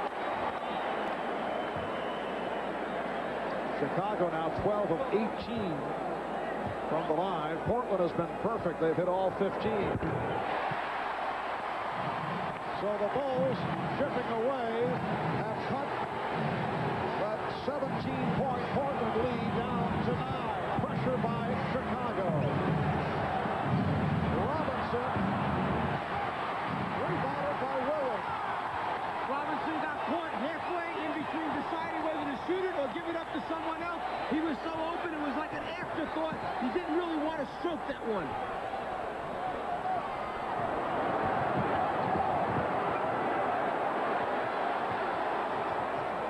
Shot clock to 4. Pippen gets the Blazers 81. The Bulls 74.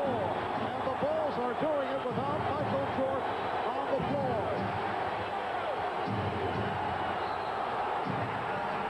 A double dribble called by Mike Mathis. He hesitated. Scottie Pippen gave the indication, and then the call was made.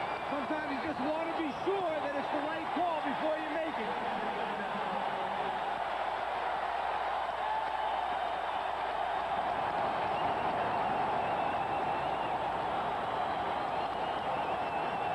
Scottie Pippen has Drexler down low, uses his size, just muscle it up inside on the post-up move.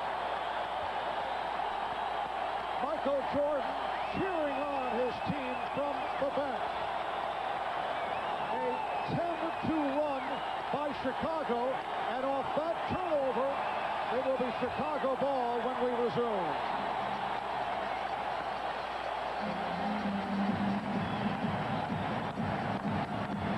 Mark, I disagree with that last call. You can always pick up a fumbled basketball. He did not try to re-dribble the ball. He lost control, fumbled it, picked it up off the ground. You're allowed to do that. And the Trailblazers certainly felt that it was a wrong call. You may have seen the reaction of Rick Adelman. But on the turnover, it comes back to Chicago. within 7. Phil Jackson staying with this unit. Armstrong. Yes. The Portland lead is down to 5.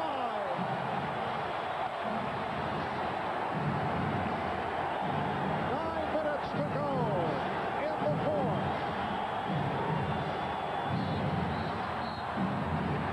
Offensive foul on Portland. It's called on Buck Williams.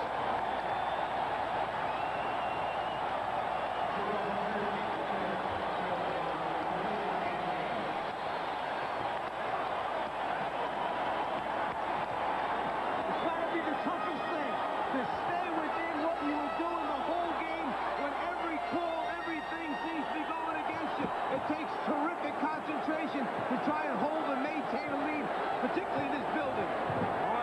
King, yes! Buck Williams tried to draw the foul. The Bulls with a 3. And they've done it with Michael Jordan sitting out. Portland calling for time.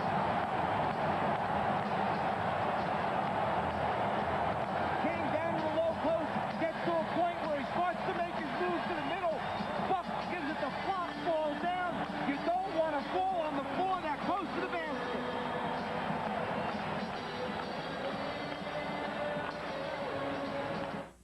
The fact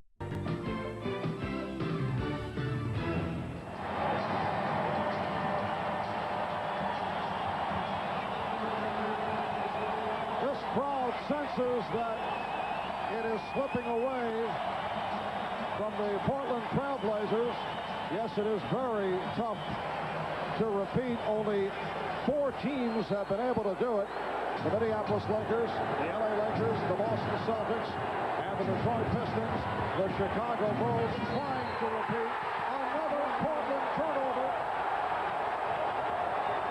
Chicago in the midst of a 14-2 run this fourth quarter. They've hit 5 out of 5 from the field. Michael Jordan has returned. Here's King. Rebounded by Buck Williams. The Blazers have led by as many as 17. They led by 15 at the start of this fourth quarter. It's Drexler. He has 20, and the Blazers now lead by 5.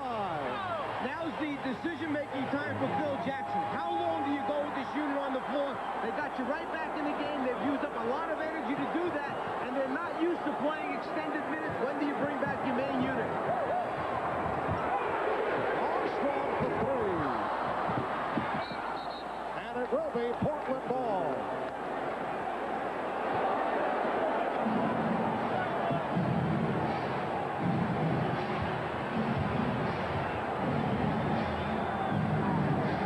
Drexler for Robinson.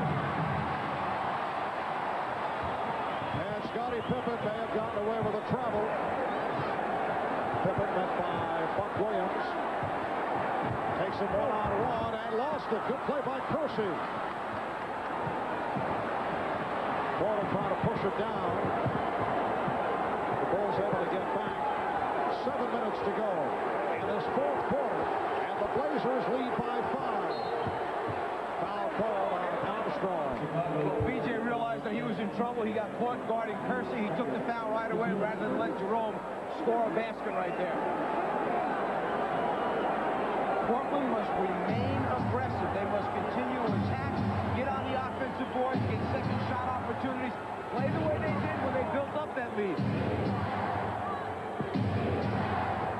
Here's Drexler. And a troubling violation called on Pippen. Well, Clyde Drexler had the right idea. Put it on the floor, take it to the basket, try and get the official to blow a whistle to get to the free throw line, build up points that way. But even though no call, they got right back again by the travel taking place. Drexler trying to get it to the front of the rim. No call is made. He misses the shot. But then afterwards, you had a travel, which gives the ball back to Portland. Robinson forced to a very difficult shot. Not the type of shot you want at that time. Here's Pippen. Rick Adelman is signaling to his team, move the basketball, pass the basketball. Don't just stop after one pass. Very tentative pass by Kersey, and Jordan comes up with it. And the Bulls will regroup. Pippen trying to post up. Shot clock at 8. Drexler playing with 4. Here's Jordan.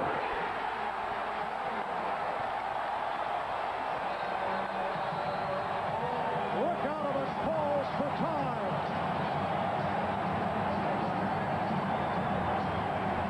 Scottie Pippen with the ability to put it on the floor, one dribble from the top of the circle, and he's at the rim for the conversion. Michael, on the other hand, taking the floater just over the outstretched arm.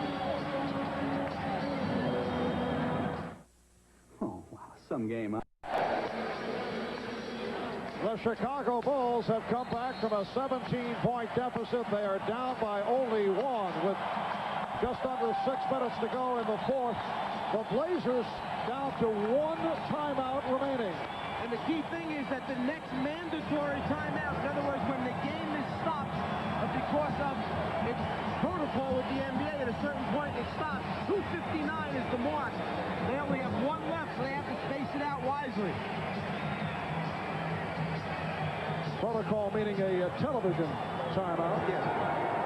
TV timeout. Get those commercials in so they can pay your salaries on. Chicago with an 18-4 advantage in this fourth quarter. The Blazers have led most of the way. Porter wants a goaltending. Porter was fouled by Armstrong. They will not get the goaltend call. Take the ball to the basket, try and draw the foul, try and quiet the crowd. Portland wanted the goaltend call. No goaltend. Terry Porter is 5 for 5 from the line.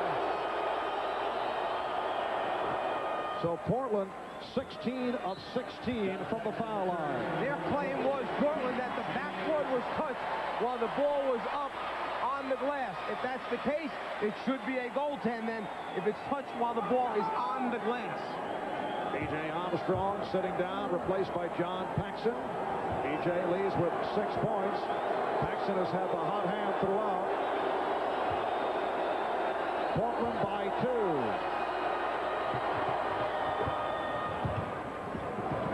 The Blazers 85. The Bulls 82. Chicago back to Jordan and Paxson at the guards. Pippen, King, and Williams up front. Stacey King has played a major role.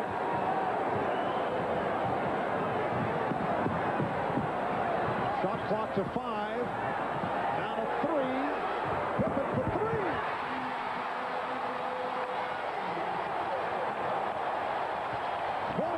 For Pippen, hitting the three-pointer with the shot clock down to 2. Terry Porter able to come back. That's his 7th field goal. He has 22. The Blazers 87.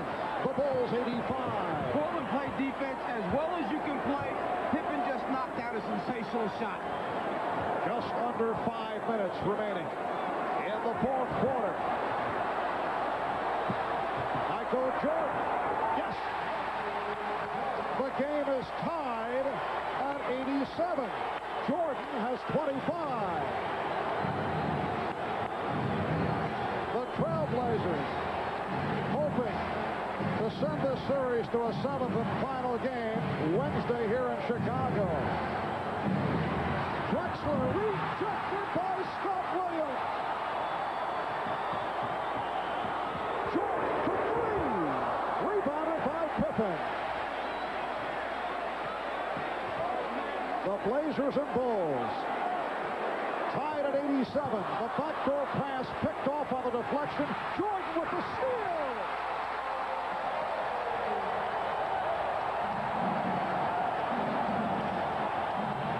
The first time Chicago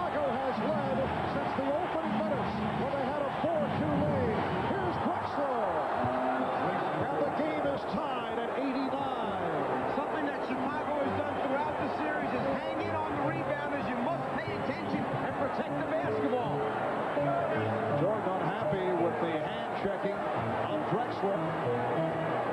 King, played by Williams. Stacey King. Crowd wanted offensive interference.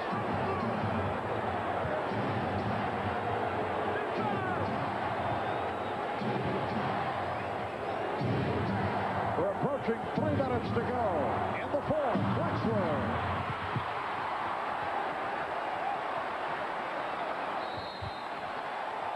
Scott Williams comes up hobbling as Chicago calls for time.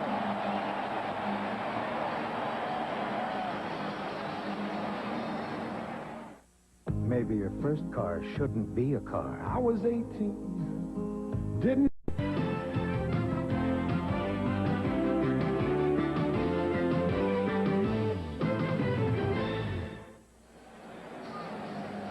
Whether it's the bad thigh or the injured ankle, Michael Jordan has used this floater a number of times in the game thus far, not going all the way to the rim, but pulling up in between to get a good look. Clyde, on the other hand, beats Michael off the dribble, but then encounters Scott Williams, who rotates over to block the shot. When you rebound the ball, if you're Portland against Chicago, you must protect it. They hang in and try and deflect your outlet passes. Jordan coming from behind, the steal, the dunk. Rick Adelman not particularly happy. He felt there was a foul on the play. Chicago opened this fourth quarter with a 14-2 run, and they did it with Michael Jordan on the bench for the first 3.5 minutes of the fourth. Phil Jackson going with a hybrid lineup, and it worked. The Blazers and Bulls tied at 89. Chicago getting for its second straight NBA championship. Portland trying to tie the series, hoping to extend to a 7th game here in Chicago on Wednesday. Shot clock down to 5. Jordan, that was deflected short by Drexler.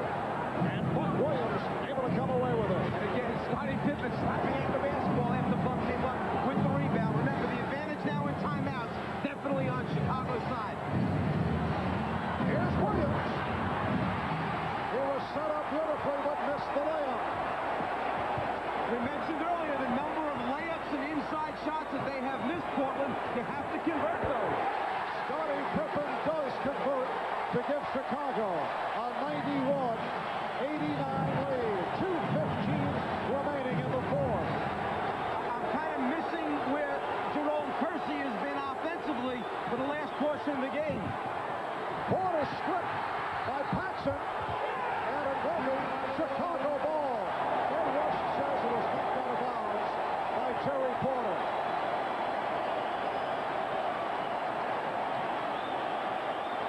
Porter on the way up. Paxson with the hand in there to strip, and then out of bounds on the sideline. A minute 50 to go in the fourth. Chicago with a 2-point lead. Drexler playing with 4. Shot clock at 3. Yes!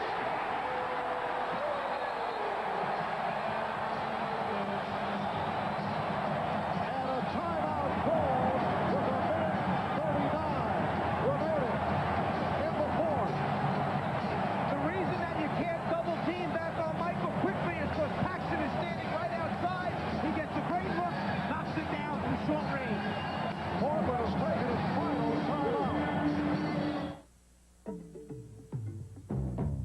Sometimes I dream that he is me.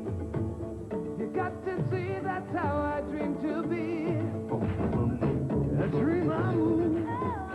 I dream I dream. Like Mike. If I could be like Mike. I'm gonna be like Mike. Like Mike. If I could be like Mike. Be like Mike. Like Mike. If I could be like Mike. When she learned to swim almost before she learned to walk. And the night Chicago has outscored Portland 29-10. Here in the fourth quarter as they've come back from a 17-point deficit. In the history of the NBA Finals, the largest lead at the end of 3 quarters with a team coming from behind to win was 12. The San Francisco Warriors trailed Philadelphia 96-84 back in April of 1967. and San Francisco came back to win the game. Chicago trailed by 15, 79-64, going to this fourth quarter. Now, I mentioned before about Jerome Kersey. His last score was with 5:22 left in the third quarter. He has 22 points at that time and still has 22. Here's Drexler, rejected by Williams, but a foul is called.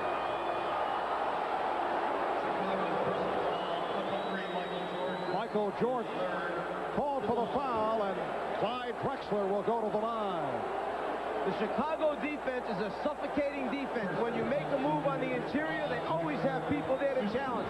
Williams' block was good. The foul was called on the way up on Michael Jordan. Drexler 6 of 6 from the line. He has 23 points, and the Blazers 18 of 18 from the free throw line.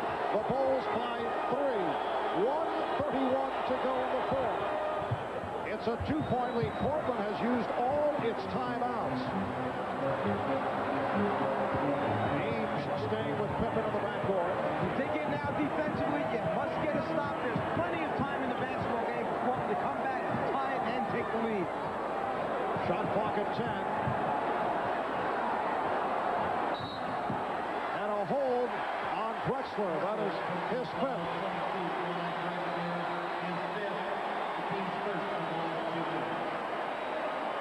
It is a non-shooting foul.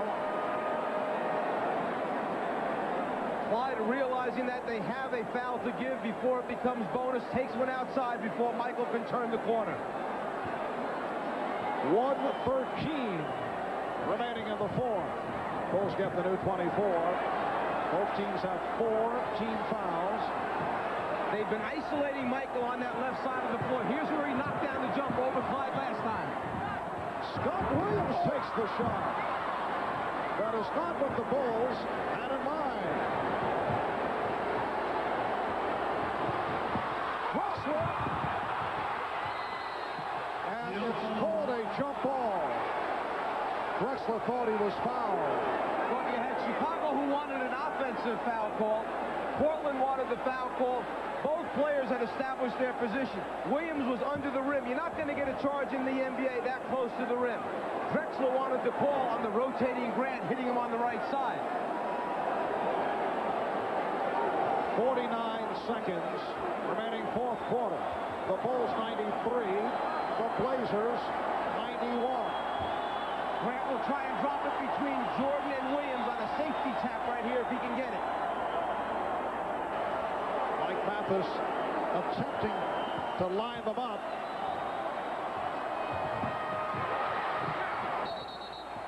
And the call is Portland ball, deflected out by Chicago. Ed Rush conferring with Hugh Evans, who had another angle, and they changed the call. The ball goes to Chicago. Well, Buck gets it in there late, and it's Clyde who sticks that right hand up and touches Clyde's hands evidently on the way out of bounds. The Bulls with the ball and a 2-point lead. You don't foul now. You dig in and get a stop. Here's Jordan. The Bulls 95, the Blazers 91. Drexler for 3. Kept alive by Kersey. And the foul is called. It's on Pippen. Chicago over the limit. Portland never rotates over in time as Michael comes to the right side of the floor. It was an isolation created almost by happenstance. It was there. Michael took advantage of it, saw the opening, took it to the rim. Michael Jordan coming on in the second half. He has 31. Portland is 19 for 19 from the line. Kersey on the line for the first time.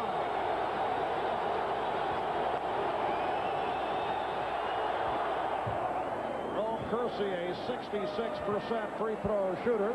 Cliff Robinson checking in. Replacing Danny Ainge. 27 seconds to go in the fourth. The Bulls lead it by 3. You have John Paxson boxing out Terry Porter outside the three-point line. You have Michael Jordan paying attention to Drexler so that Portland doesn't miss on purpose, and those guys come flying in. You must be 6 feet behind to give the shooter room as to where you can line up.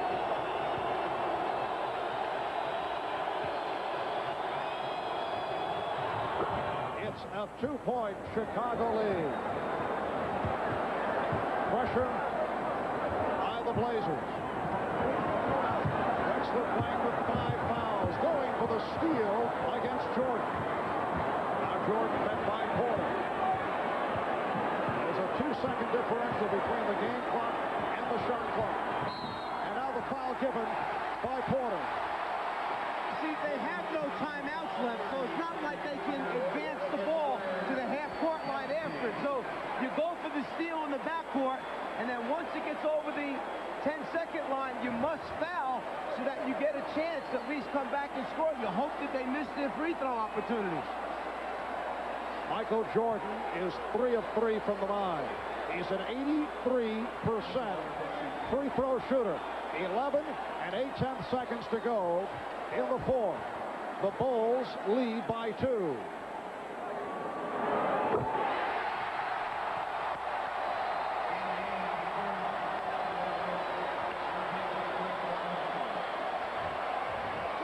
Chicago 96, Portland 93. The Blazers do not have any timeouts left. Portland placing 2 players down the floor to try and get a quick hurry-up offense going after this free throw. 4-point Chicago lead. Drexler was checking, thought there might have been a timeout remaining. Here's Kersey for 3. Paxson with the rebound. Time running down. The Chicago Bulls have won the NBA championship for the 2nd straight season.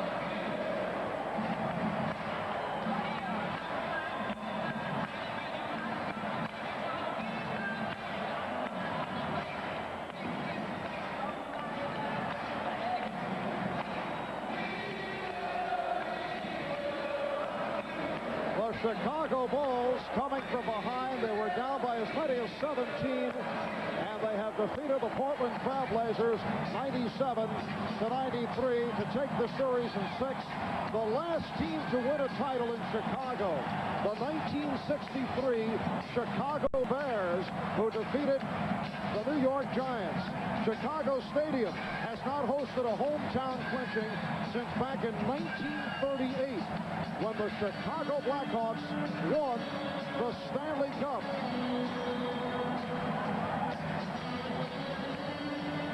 Michael Jordan led the way with 33. Scottie Pippen had 26. 24 apiece for Clyde Drexler and Jerome Kersey. But the Bulls, with a sensational come-from-behind effort, are able to pull it out. We'll be back with the championship presentation in a moment. The NBA on NBC is brought to you by Miller Genuine Draft and Miller Genuine Draft Light, who salute the back-to-back NBA World Champion Bulls, taking the country by storm.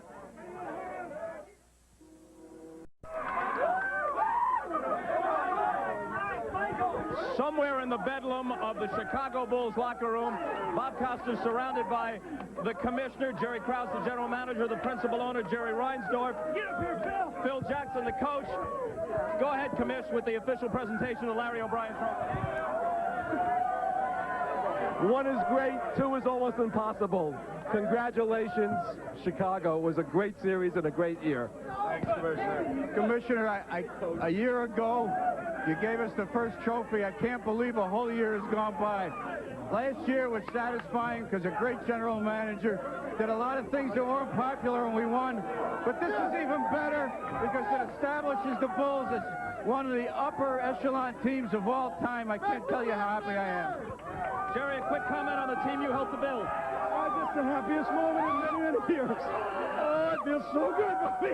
All right. Oh, boy. Let's turn to Coach Phil Jackson. Phil, is it possible to evaluate which of these two championships required more of your coaching skill? No. These players last year took it on themselves. This year, everybody had to dig it out to win. And this game tonight was typical of a team comeback, and we had to play great team ball to win.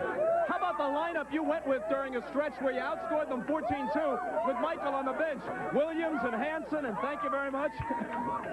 All right, Rob. Yes, it was a lineup in which we just had to get some energy out there. We were tired. Our defense wasn't stepping up. We needed some energy from their kids, and they came out and really helped us go. I'm sure you'd like to say something about the Trailblazers. Rick Alleman was upset about the notion that either the Bulls win or lose, but the Trailblazers are kind of their foils, and tonight the Trailblazers did themselves proud. Oh, they're a great team. There's no doubt about their team effort. They played better on the road tonight than they did at home, and you got to give them a lot of credit for that, Bob.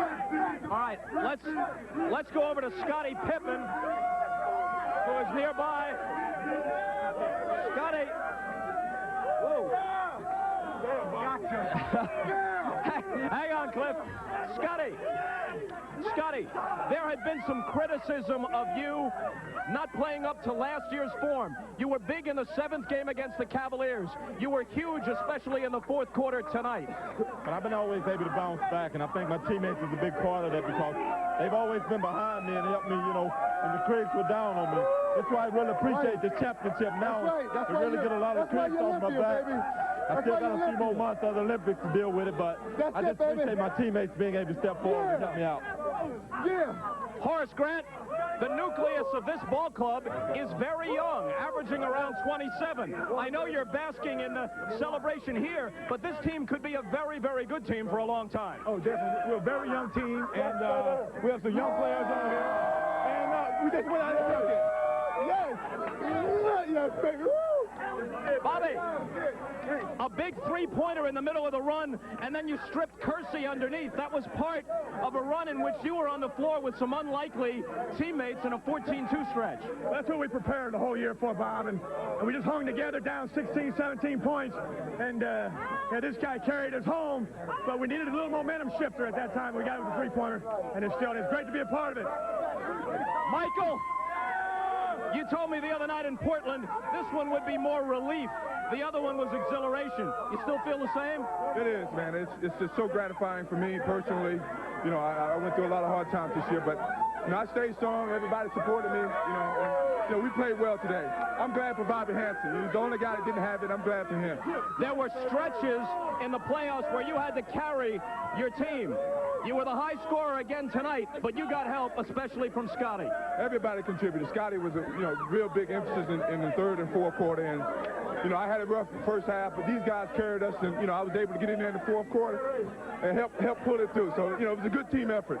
I think, Michael, we've got a package here of some of the baskets you scored down the stretch. From the time that Pippen's three tied it at 85, you and Scotty got all the points. Yeah, we played well. You know, it was a 1-2 combination all year long.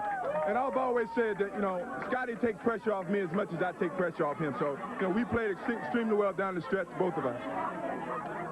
Here I was able to get a steal as Scotty blocked out Buck Williams and got the dunk, and, you know, that put us up 2 points. So it was a good effort by everybody, you know. I just tried to post up. You know, I learned from the lesson when, you know, game 4 when Drexler knocked that away from me. So I was prepared, and here I go to the hole, you know, trying to get a foul or get a layup, you know. So it was a good effort. I'm glad they gave me a chance to redeem myself. And this is the free throw that seals it. What was going through your mind at this moment? If I don't make these free throws, they're going to haunt me for the rest of my life. So I was really concentrating on it. You started very slowly. I think you had 2 points in the first quarter, and the Trailblazers were all over you guys for 3 periods. I know. You know, I was going to be very passive and see how the other guys played early. But I got in a bad rhythm myself. And, you know, they played extremely well defensively, and somehow we got it going. And once we got it going, there was no stopping us. Did you have a chance to say anything to Drexler or he to you?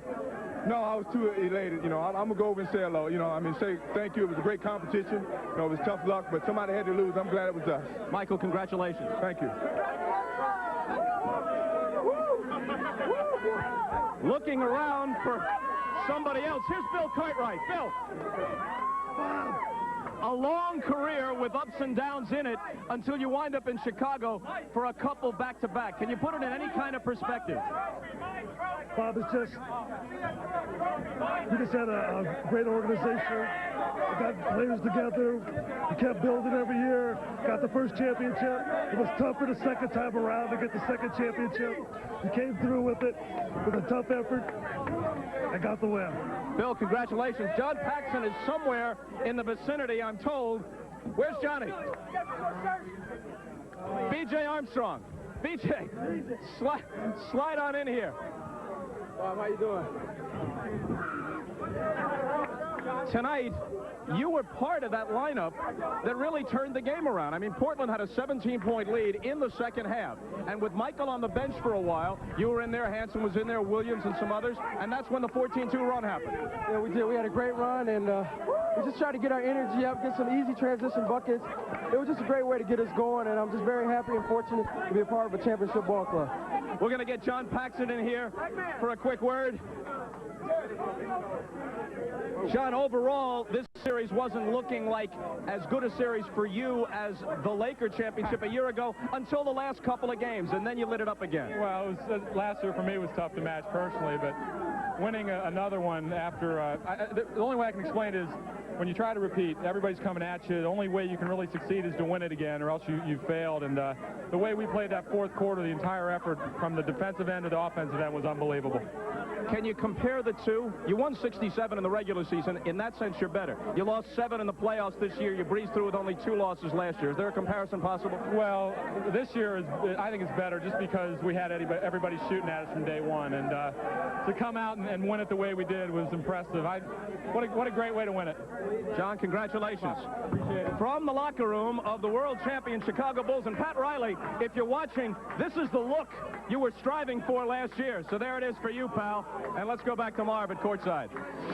All right, Bob, a most unusual situation here with the, I would say, a good portion of the crowd still on hand. This capacity crowd, for the most part, has not left. And I would think they're hoping that some of the Bulls players come back onto the court so they can shower their good feelings about them. There's no question. The people are here waiting and hoping that the players will at least come up one more time. And, you know, these fans are so good here in this building. They work so hard during the course of the season.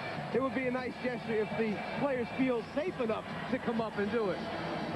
Ahmad Rashad is trying to make his way to the Portland Trailblazer locker room, and we're told that Rick Adelman has closed the locker room. So if we're able to get some reaction from the Trailblazers, we'll bring it to you, but I know we will be signing off very shortly. Well, I think that you talk about coaches having a feel for their basketball team. Phil Jackson tonight knew his starting unit was out of sync. He gambled. They were down 15 points. He went to that second group, and that second group, along with Scottie Pippen, got it going. Then at the right time, Jordan and Pippen take back over down the stretch for Chicago.